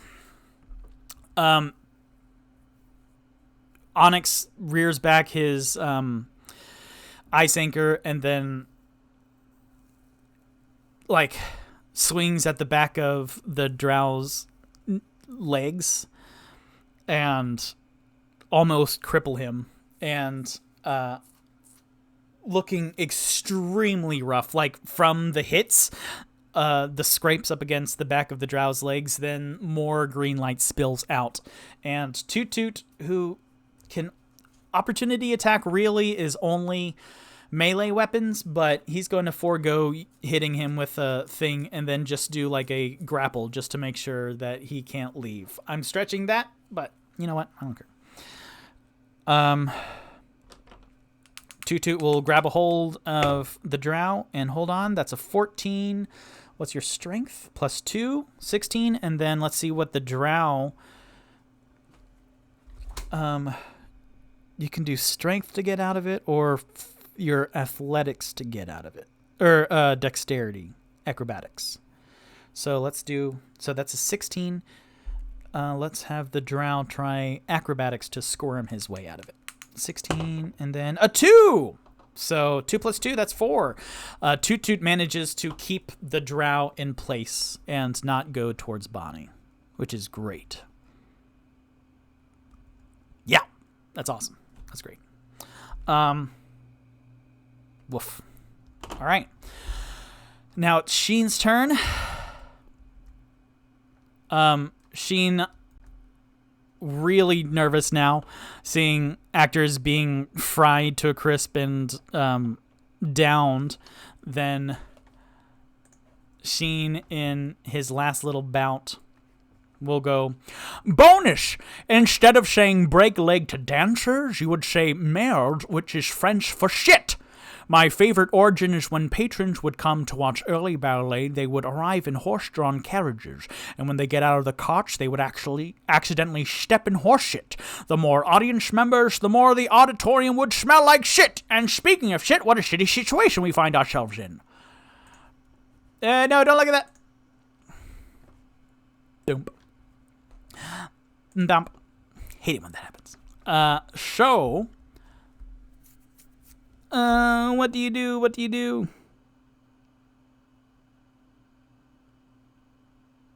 Sheen can't do anything, because his only actions are really disguising self. He has no movement still. Sheen, man, you have, except for fun little quirky trivia, then let's roll the Black Loxodon to see, because he's in this close proximity.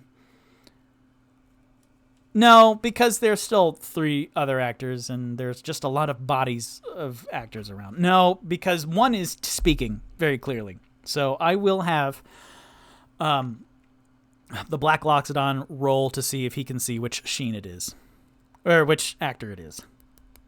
Wisdom saving throw, because that's putting 2 and 2 together. Boy, oh boy. 6, great. 6 plus 6, 12. Then still, the Black Loxodon doesn't know. Can't Sheen do the saving roll at the end of his turn? At the end of his turn. Yes. Toot Toot should give Sheen a bardic inspiration to try and get out of that. But Toot Toot won't know which one it is, so... Now it is the end of Sheen's turn. Yes. Thank you for keeping me honest on that. So another strength saving throw, -1. Can he do any other things, because strength is not his strong suit? I can't.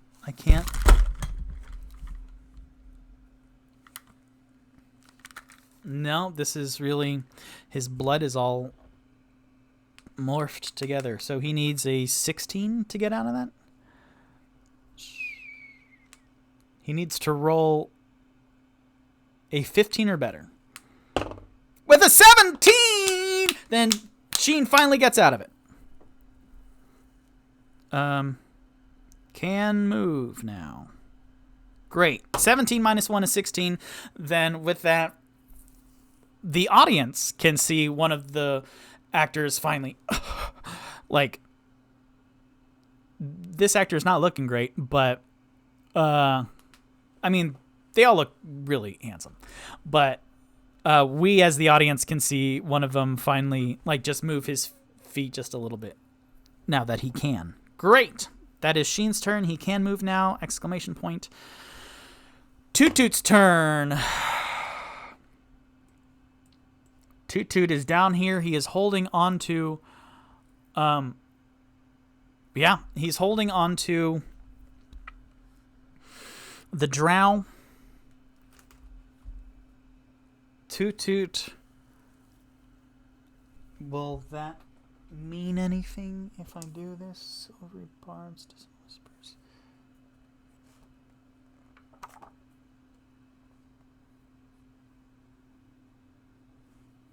Oh, that's the only thing.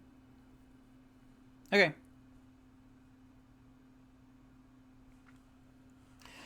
Toot Toot will try this, because why not? Through his grasp, holding on to the drow, then Toot Toot will say, Zovran, I need Zovran back. And then he will cast Charm Person. You attempt to charm a humanoid you can see within range. It must make a wisdom saving throw and does so with advantage if you or your companions are fighting it. That is the case. If it fails the saving throw, it is charmed by you until the spell ends or until you or your companions do anything harmful to it. Onyx, I'm looking at you. What? So, what is that? A wisdom saving throw? Wisdom saving throw. The drow is pretty good at wisdom, I would imagine.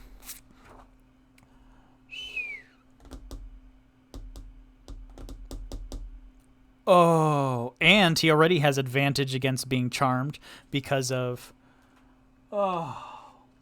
his Fey ancestry of him being a drow. You have advantage on saves against being charmed, and magic can't put you to sleep. So he has advantage already, but yikes. All right. That's an 18 and a 16.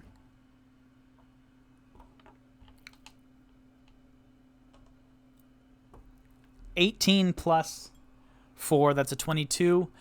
But can I do no silvery barbs? If I cast it right now, then that's 16. Even the 16 would make it. However, cutting words, let's see what that does again. Because if it's against a saving throw, then that would be legit as shit. Attack roll, ability check, or damage roll. Ability check, not saving throw. Okay. Is silvery barbs against a saving throw also? Because that'd be... Well, he already rolled twice. Must reroll a D20 for a successful saving throw and use the lower roll. Okay, so then Toot Toot... Yeah, he will cast Silvery Barbs again, which is his reaction for this turn.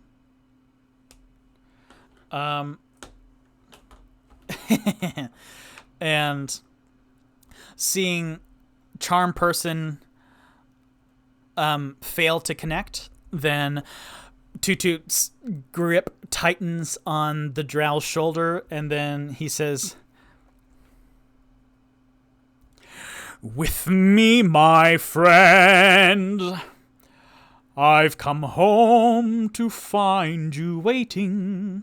Home, and we're together, and we'll do wonders, Zoran. So he will cast Silvery Barbs as a reaction against the drow's successful saving throw, so he needs to re-roll the d20 for the wisdom saving throw.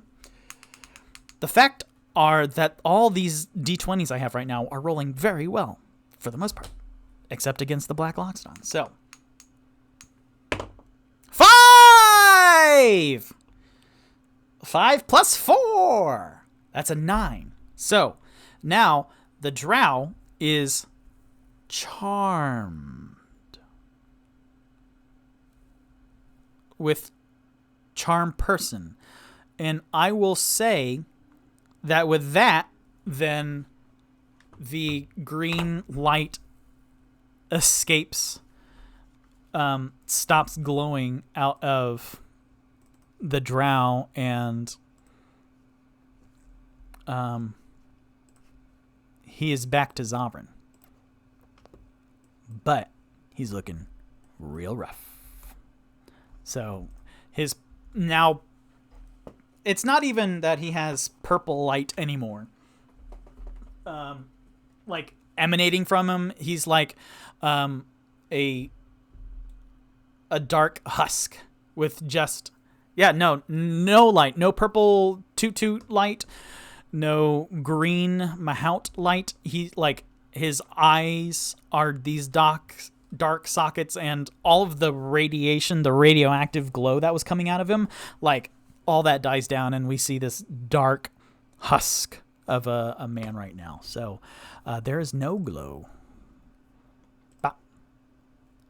Although, let's do that outer glow, because that's my favorite. I love that outer glow. Okay. Great. That's Toot Toot's turn. Toot Toot used silvery barbs. And his reaction. Parting inspiration. Okay. No, he's good. He's good. He's good. Volothamp is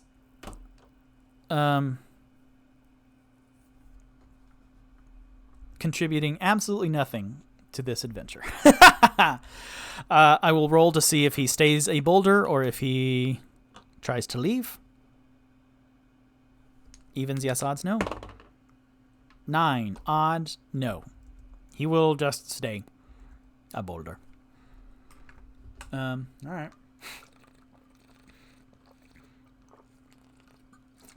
Thanks for helping, you coward. Wishes.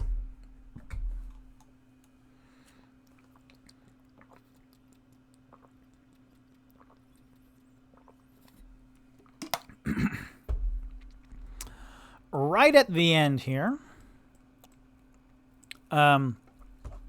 Sheen on stage, who you can see one of the actors start to tense up in a running, like he's bending down, taking a runner's stance, and he goes, "And my last and final trivia. Centuries ago, theatrical scenery, set pieces, and backdrops began to fly upwards above the set for convenient storage.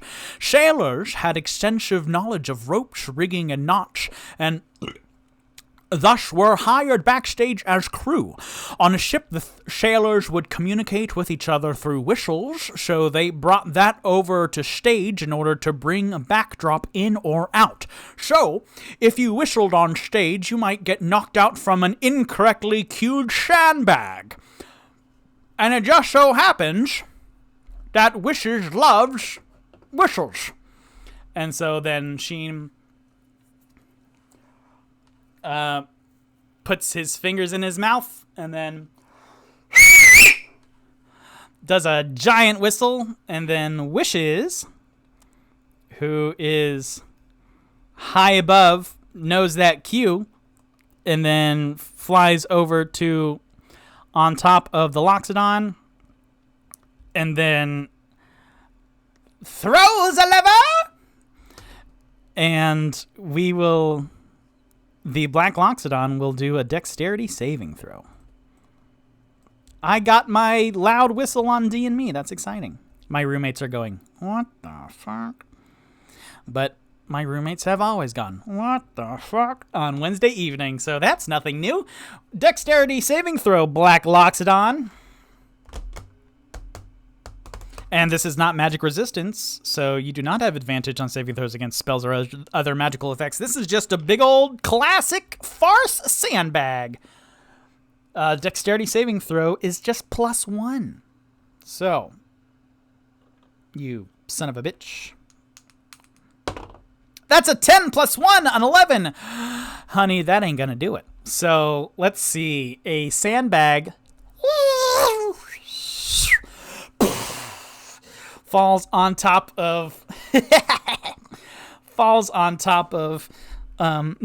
Black Loxodon's head, and let's see. That's like, this is a grand opera house. This is Seven Masks Theater, so I'm gonna say that's 40 feet up in the air. The rafters. Is that tall? That's like 4 stories, huh? Let's do 3 stories, because that's a bit tall. So 3d6 of bludgeoning damage. Yes. That's 3 and a 6. That's a 9. And then 6. Hey, 15. 15 damage against the Black Loxodon.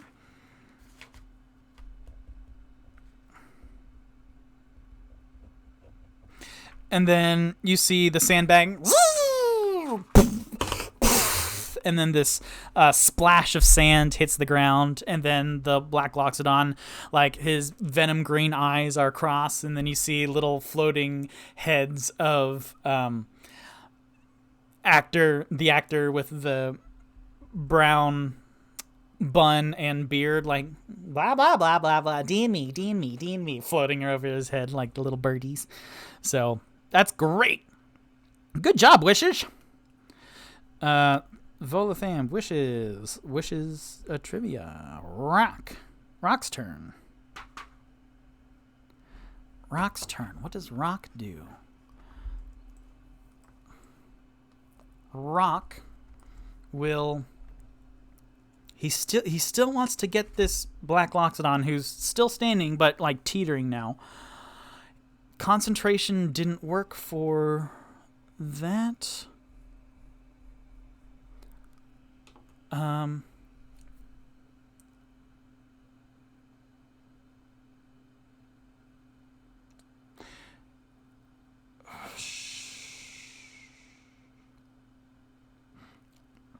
I don't want to do another Witch Bolt because that's the same thing over again. So instead, he will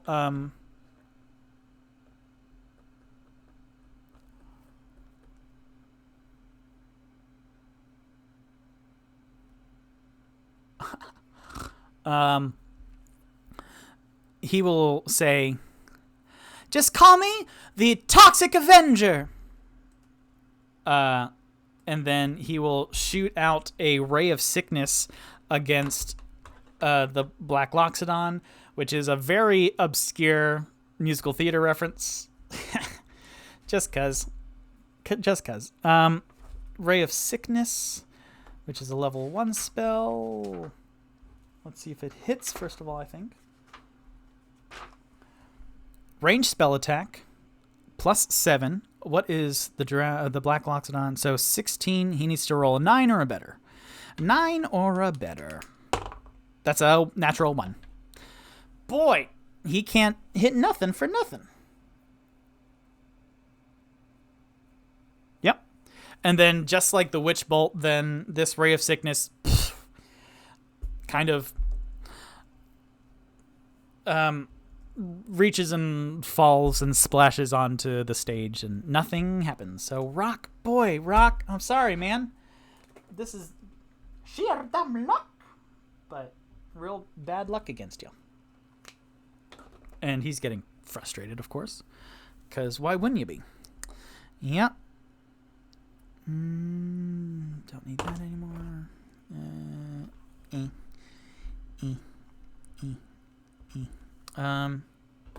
Okay.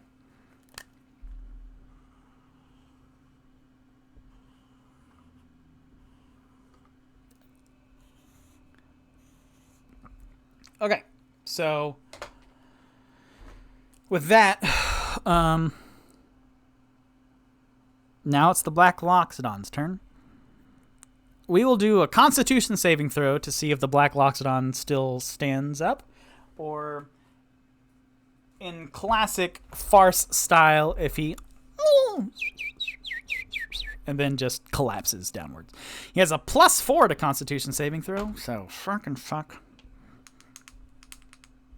That's a 4! That's like the third 4 rolled, +4, which is an 8. So, yeah, he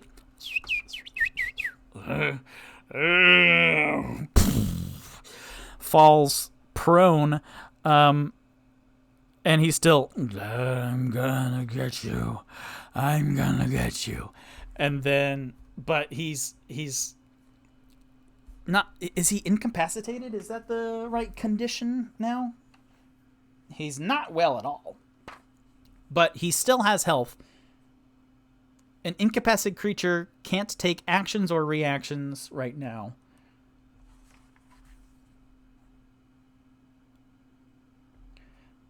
Stunned. I will say that he's stunned for this round. Yeah. A stunned creature is incapacitated, can't move, and can only speak falteringly.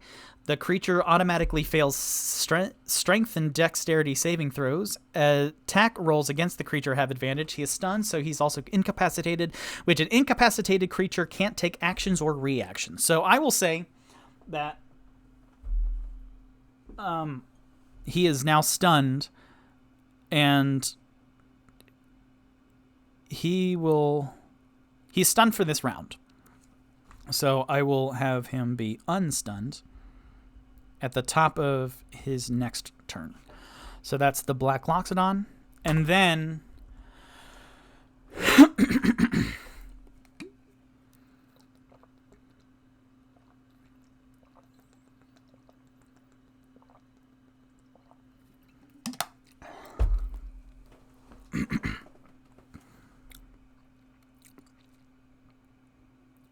you hear from the back of the auditorium a clapping. Very well done. I honestly thought it would take them a lot longer. I honestly thought it would take them a lot quicker to down you. However, you are fighting off quite well. Congratulations. And you can just see backlit the spotlight behind them, this figure standing in one of the box seats, and this form shrinks from a tall, sleek being in like shrinking and widening out a little bit, and then you see claws clap together, and Circumstance, the reptilian chameleon nobleman, the last member of the doppelgang, is sitting in the box seat, and he's clapping. Honestly, when I hired them, I expected a lot more, but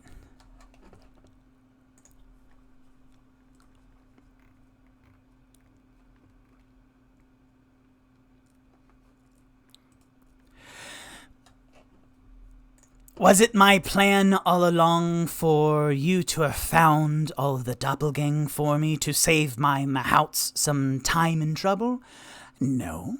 But when you came to me to the Restful Lily and told me you found them all, well, you know how difficult it is to find doppelgangers that don't want to be found. And you've done the work for me, Victorious. He has in air quotes.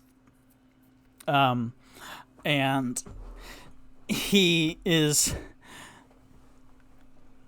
looking over the scene intensely, and he gets up from his seat and then is at the banister, and then he goes, "Well, I guess the drow turned out to be useless, and you've downed the Loxodon, but that means I can come down there and finish it off." And then from behind Circumstance, you see emerging from the entrance to the box seat a sad, dejected-looking Chainco, a bald dwarf nobleman who enters into the space, head hung low, and Circumstance looks over his shoulder. "Now, attack them." And Chainco, you can see him processing. His eyes, his head's hung low and is looking up, almost apologetic at everyone else who is standing in shock. And Chainco moves forward to right behind Circumstance and tries to shove him over the edge. So that is an athletics roll for Chainco versus an athletics roll against Circumstance. Circumstance, being a lizard folk noble, both his strength and his dexterity are +0. Chainco has a +2 to his strength. So This one and this one.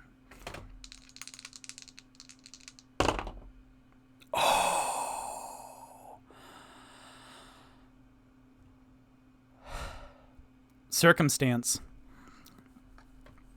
feels wide dwarven hands on his back, and he turns around. What? No! And then Circumstance makes to either push Chanko back or grab onto the banister, but with a 17, then he can't figure out which one he wants to put his whole energy into, and then with an 18 plus 2 with a 20, then Chanko pushes Circumstance over the railing. Oh, wow. Over the railing. Let's see. Yes, thank you very much. I'm going to wait for that siren to pass real quick.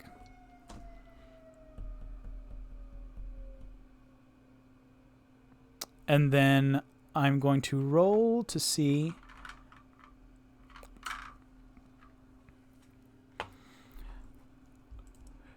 Circumstance. And in this little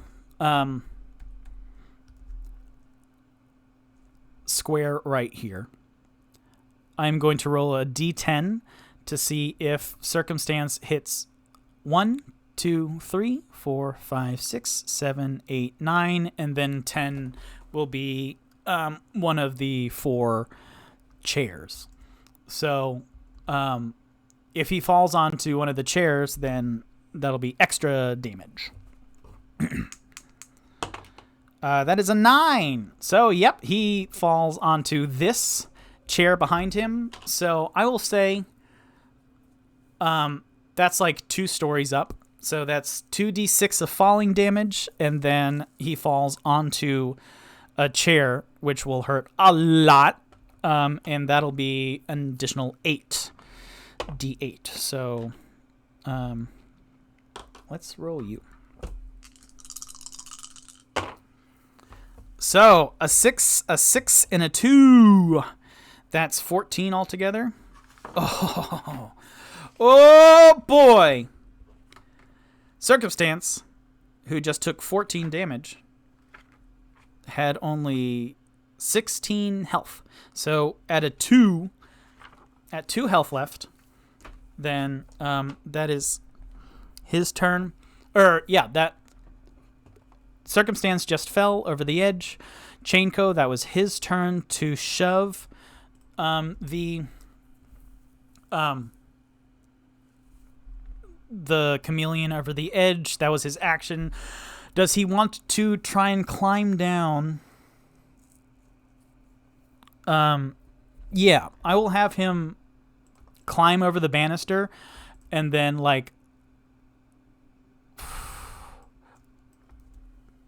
climb over the banister, then go down to the bottom edge of it, and then try and fall as gracefully as he can, those 20 feet. But I will have him roll a dexterity saving throw to see if he can tumble out of it and avoid all some damage. That's a 6 plus 1. No, he does not. So he did lower himself down for his movement, but he will still take 1d6 as he falls. And that's a 2. That's not bad at all. All right. To meet up with Circumstance down at the bottom. So that is Circumstance's turn. That's Chainco's turn. Tiffany's turn now. Tiffany will just drag Bonnie towards the exit. They get halfway. I will say, you know what? I will say Tiffany and Bonnie's last turn, because they made it safely after a couple rounds to the edge of the map. Then Tiffany, with her whole turn, dragging as an action and their movement, then she is dragging a figure who has turned into just a nondescript audience member. And so Tiffany and Bonnie have successfully left. They have successfully, left. So that's great. That's really good. All right, so Bonnie is done. Tiffany and Bonnie are done. The actors on stage around a knocked out Black Loxodon.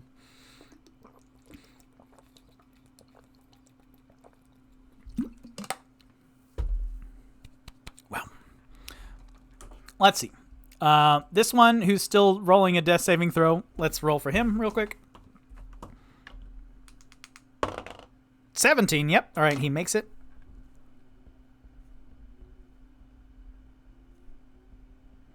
So he is at 1 death saving throw each. But the other 5...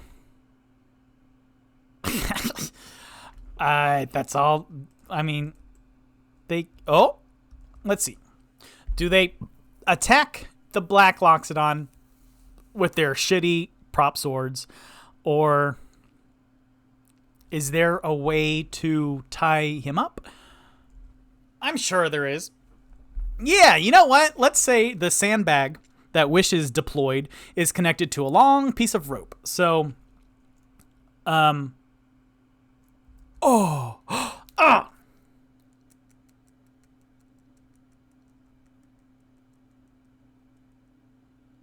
No, that's fine. So, yeah. 5 of the actors... You know what? Let's say 4 of the actors. 1 is going to do a medicine check to help stabilize the death saving throw one. So that's a 4. It's not going to do anything. So 4 of the actors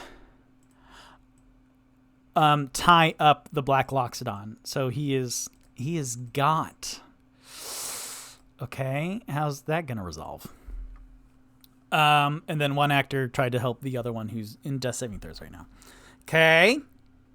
Tipsy's turn.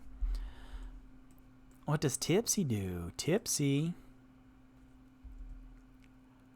sees the biggest threat right now. Let's see. He looks behind him and sees the Black Loxodon being tied up. He sees Toot Toot's hand once more on a calmed drow. He hears the kerfuffle upstairs. He can't get upstairs really quickly. What does he do? What does he do?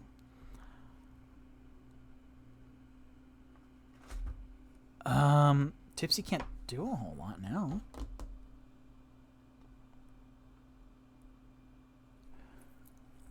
You know what? Tipsy will stand up on this chair and then ready a short bow just in case he sees Circumstance's head pop back up.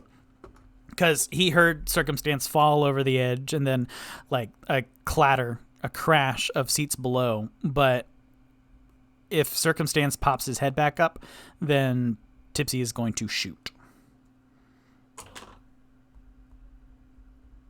Okay. Onyx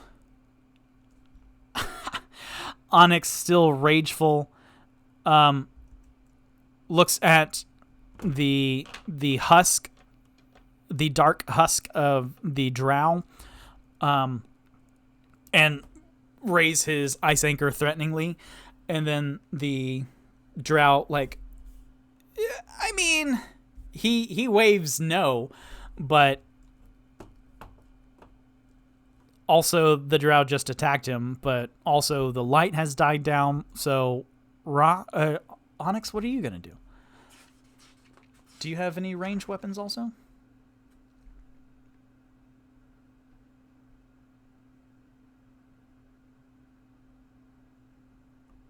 He has like a javelin. So yeah, he will put up his hand up against Zavran's silver saber, then grab it and then like run his hand up the blade in order to cause damage. So that's 1d8 plus 3, but halved. So that's 1, so he gets 2 damage altogether. So he still keeps his rage, and then he will prepare a javelin also, because he sees Tipsy readying a short bow. Is it a short bow or one of the daggers? Short bow.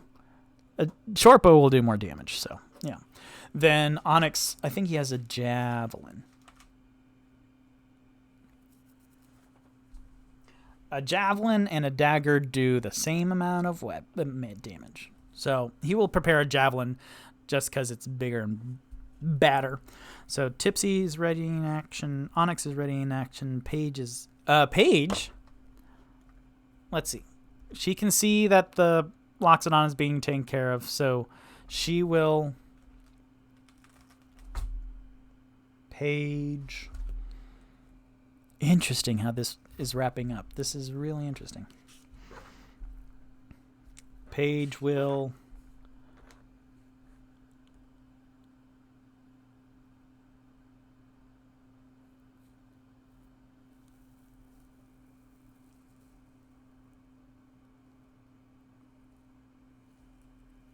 Paige will walk over. She will get closer to Toot Toot and the Drow and Onyx and Tipsy. And then she will prepare a spell. She's looking over at the Drow suspiciously with her eyes narrowed. And she will prepare a spell.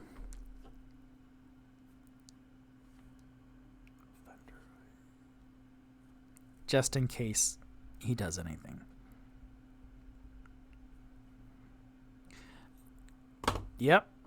Which, round 4 at the top. Then...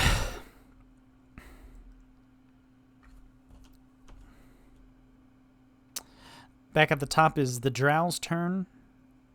Who... let's roll to see if the green comes back. I will roll a disadvantage because Toot Toot has used Charm Person and Silvery Barbs. So that's a 10 and then a 2. So yeah, I will say that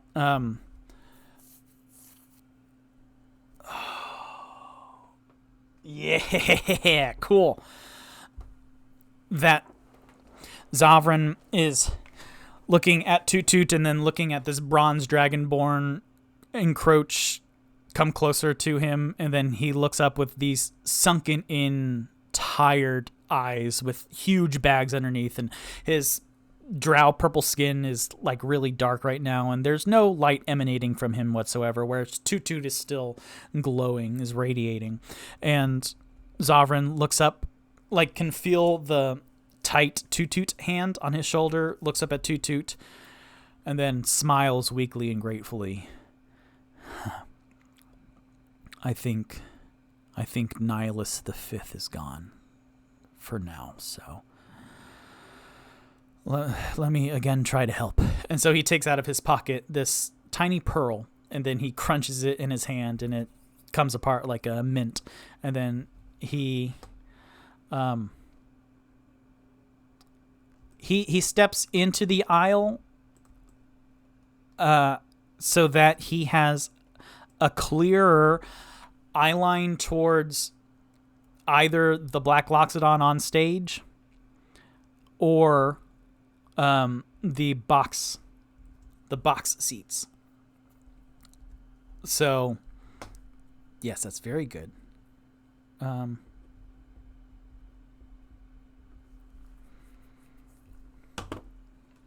So that Pearl of Power, he used an action to use it, and he regains 1 expended spell slot. So, That's good. Paige loses a thunder wave because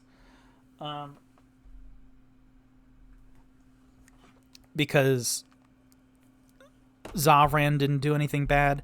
Sheen on stage, because it's his turn next. Come on. Sheen will walk over. That was Sheen the whole time. Number 3. Bop. So let's get that guy out of here. So Sheen will walk over to kind of lean, like, using his feet for the first time this whole friggin' battle. Then he will walk over around one of his fallen performers, one of his fallen thespians, over the Black Loxodon, who's... And then Sheen will do... Oh, boy. I'll tell you all about this in a second. But, yeah, this will be part of my outro. I'll tell you what this was. But Sheen is towering over the Black Loxodon, and then he says, much like the curtain at the end of a play... No, hold on. I need to come up with something better than that.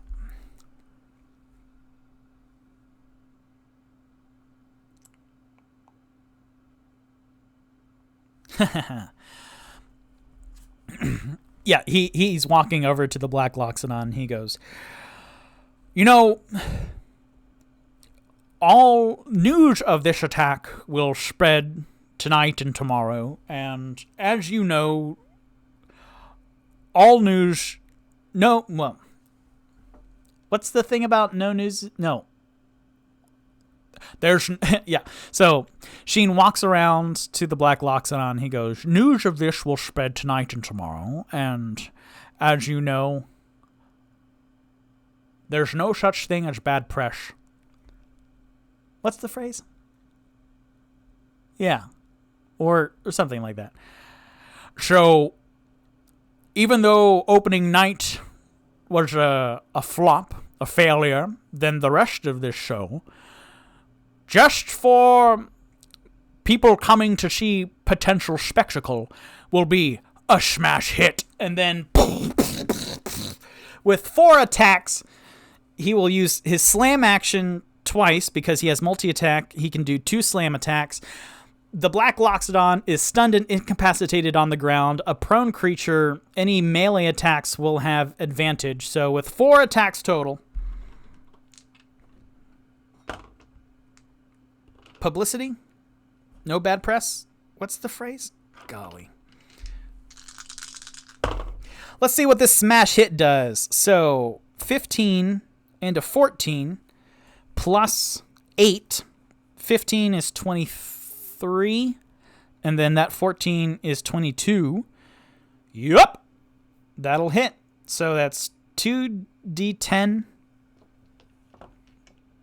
plus 5 times 2. So 2d10.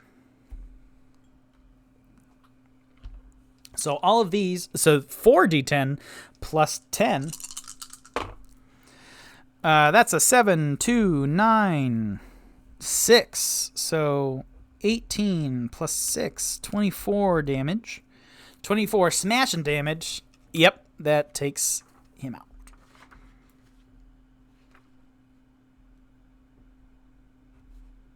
So, hold on 2 seconds.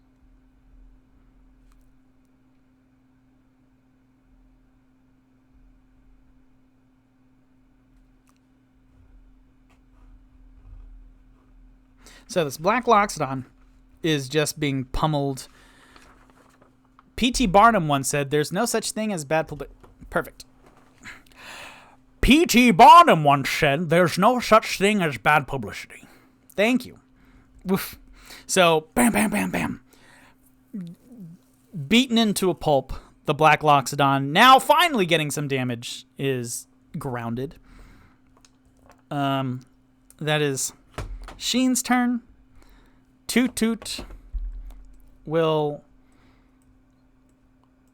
look towards... Does he have any range stuff for the box seats? Toot toot.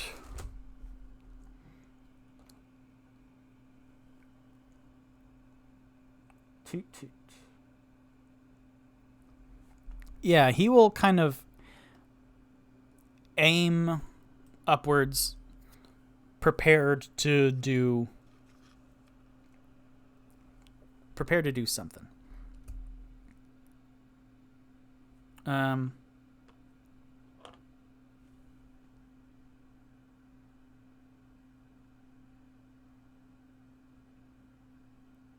He will hold. Can you hold a bonus action? I don't think so, but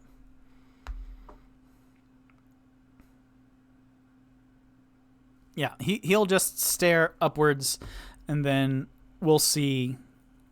Yeah, he's holding something, and then he's gonna prepare something.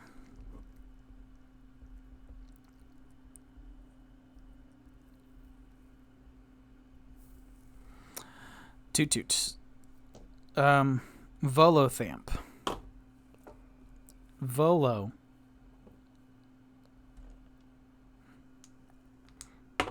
We'll roll. Yep. All right. So I rolled a d6, and on a natural one, I would say he stays, but he rolled a 6. So Volo, leaving his boulder form, just runs the hell out of there. So Volo is gone. Wishes flies down.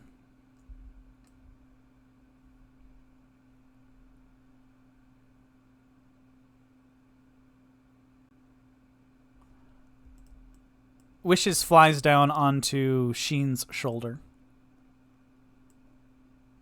And the illusionary form, the major image, the 20-foot tall Sheen, has been doing everything that Sheen has been doing. So that's just a little flavor. Wishes, Rock will prepare a spell also up towards the box office.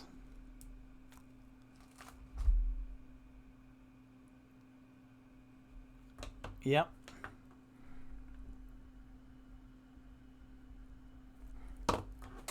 Okay. And then the Black Loxodon is no more, so he can't do anything. Now, Circumstance, who's like back cracked onto the seats below, he stands up.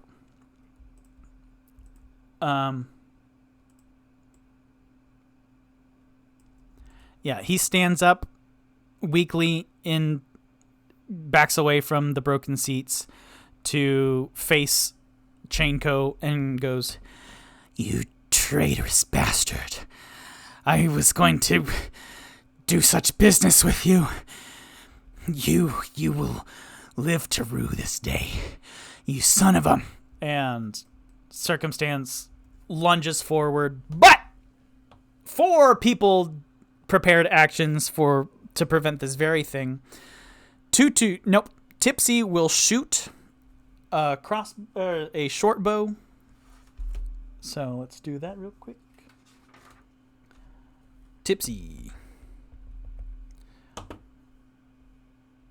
+7. 5 + 7, that's 12. Against Circumstance's 14 armor class, that misses. So an arrow falls, goes wide.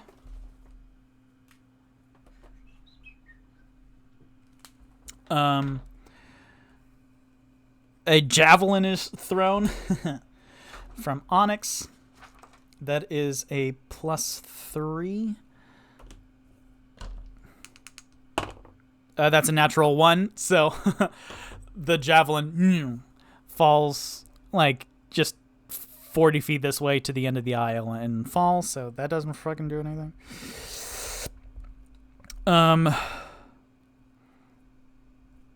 Paige prepared something against... Oh, interesting. He could not have prepared something.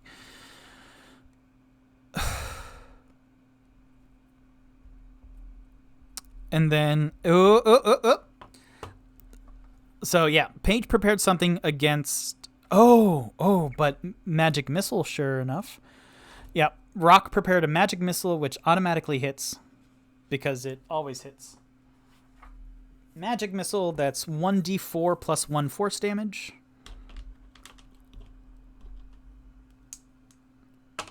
Three plus 1, so that's 4 damage.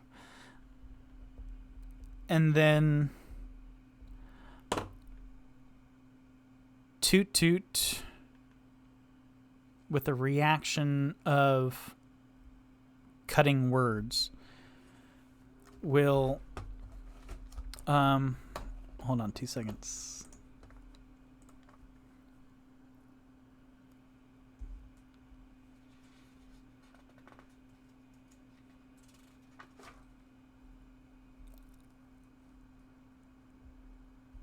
Oh, come on. You slow computer, don't do this right now. Let's see which web browser will win.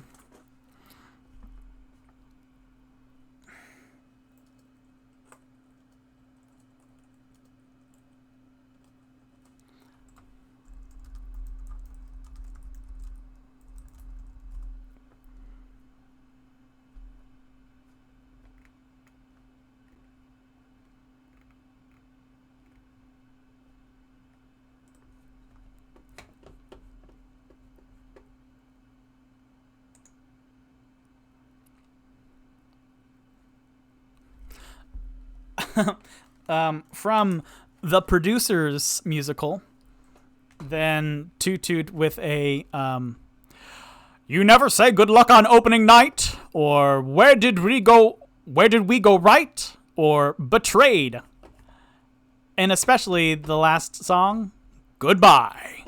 Then those 4 musical theater references culminate into cutting words or whatever, and then Circumstance hit with the magic missile, and then the 4 excellent musical theater references. He trips and he falls unceremoniously down at Chainco's feet, and Chainco looks up to Victorious and Paige and Sheen and all the actors and goes, thanks. And oh boy, that was a lot, huh?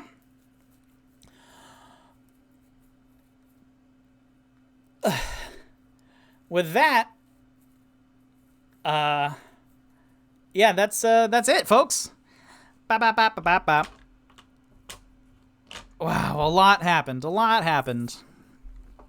This is going to be a lot to watch tomorrow, but yeah, I'm going to end it tonight right now, but woo-wee, that was a lot. Whew, we did it. We got through it. I was like, oh man, it's a huge battle with a lot of players and a lot of moving pieces, so I was prepared to let it go 3 episodes long, but I'm glad that it did not go that. Also, I had some thoughts about what to name tonight's episode, because last week was easy as Act 1, but if this did go on 2 nights, then this would be Act 2, and then next week would be Act 3, but since it didn't, thankfully, then I thought of the names of Episode 48, Rising Action, or Episode 48, Climax. But both of those sound sexual. Rising Action sounds like a boner, and then Climax, self-explanatory. So I'm going to have to come up with something else. And then my last little, that was one of the post-its that I, curtains. Ooh, that's good. Curtains is very good.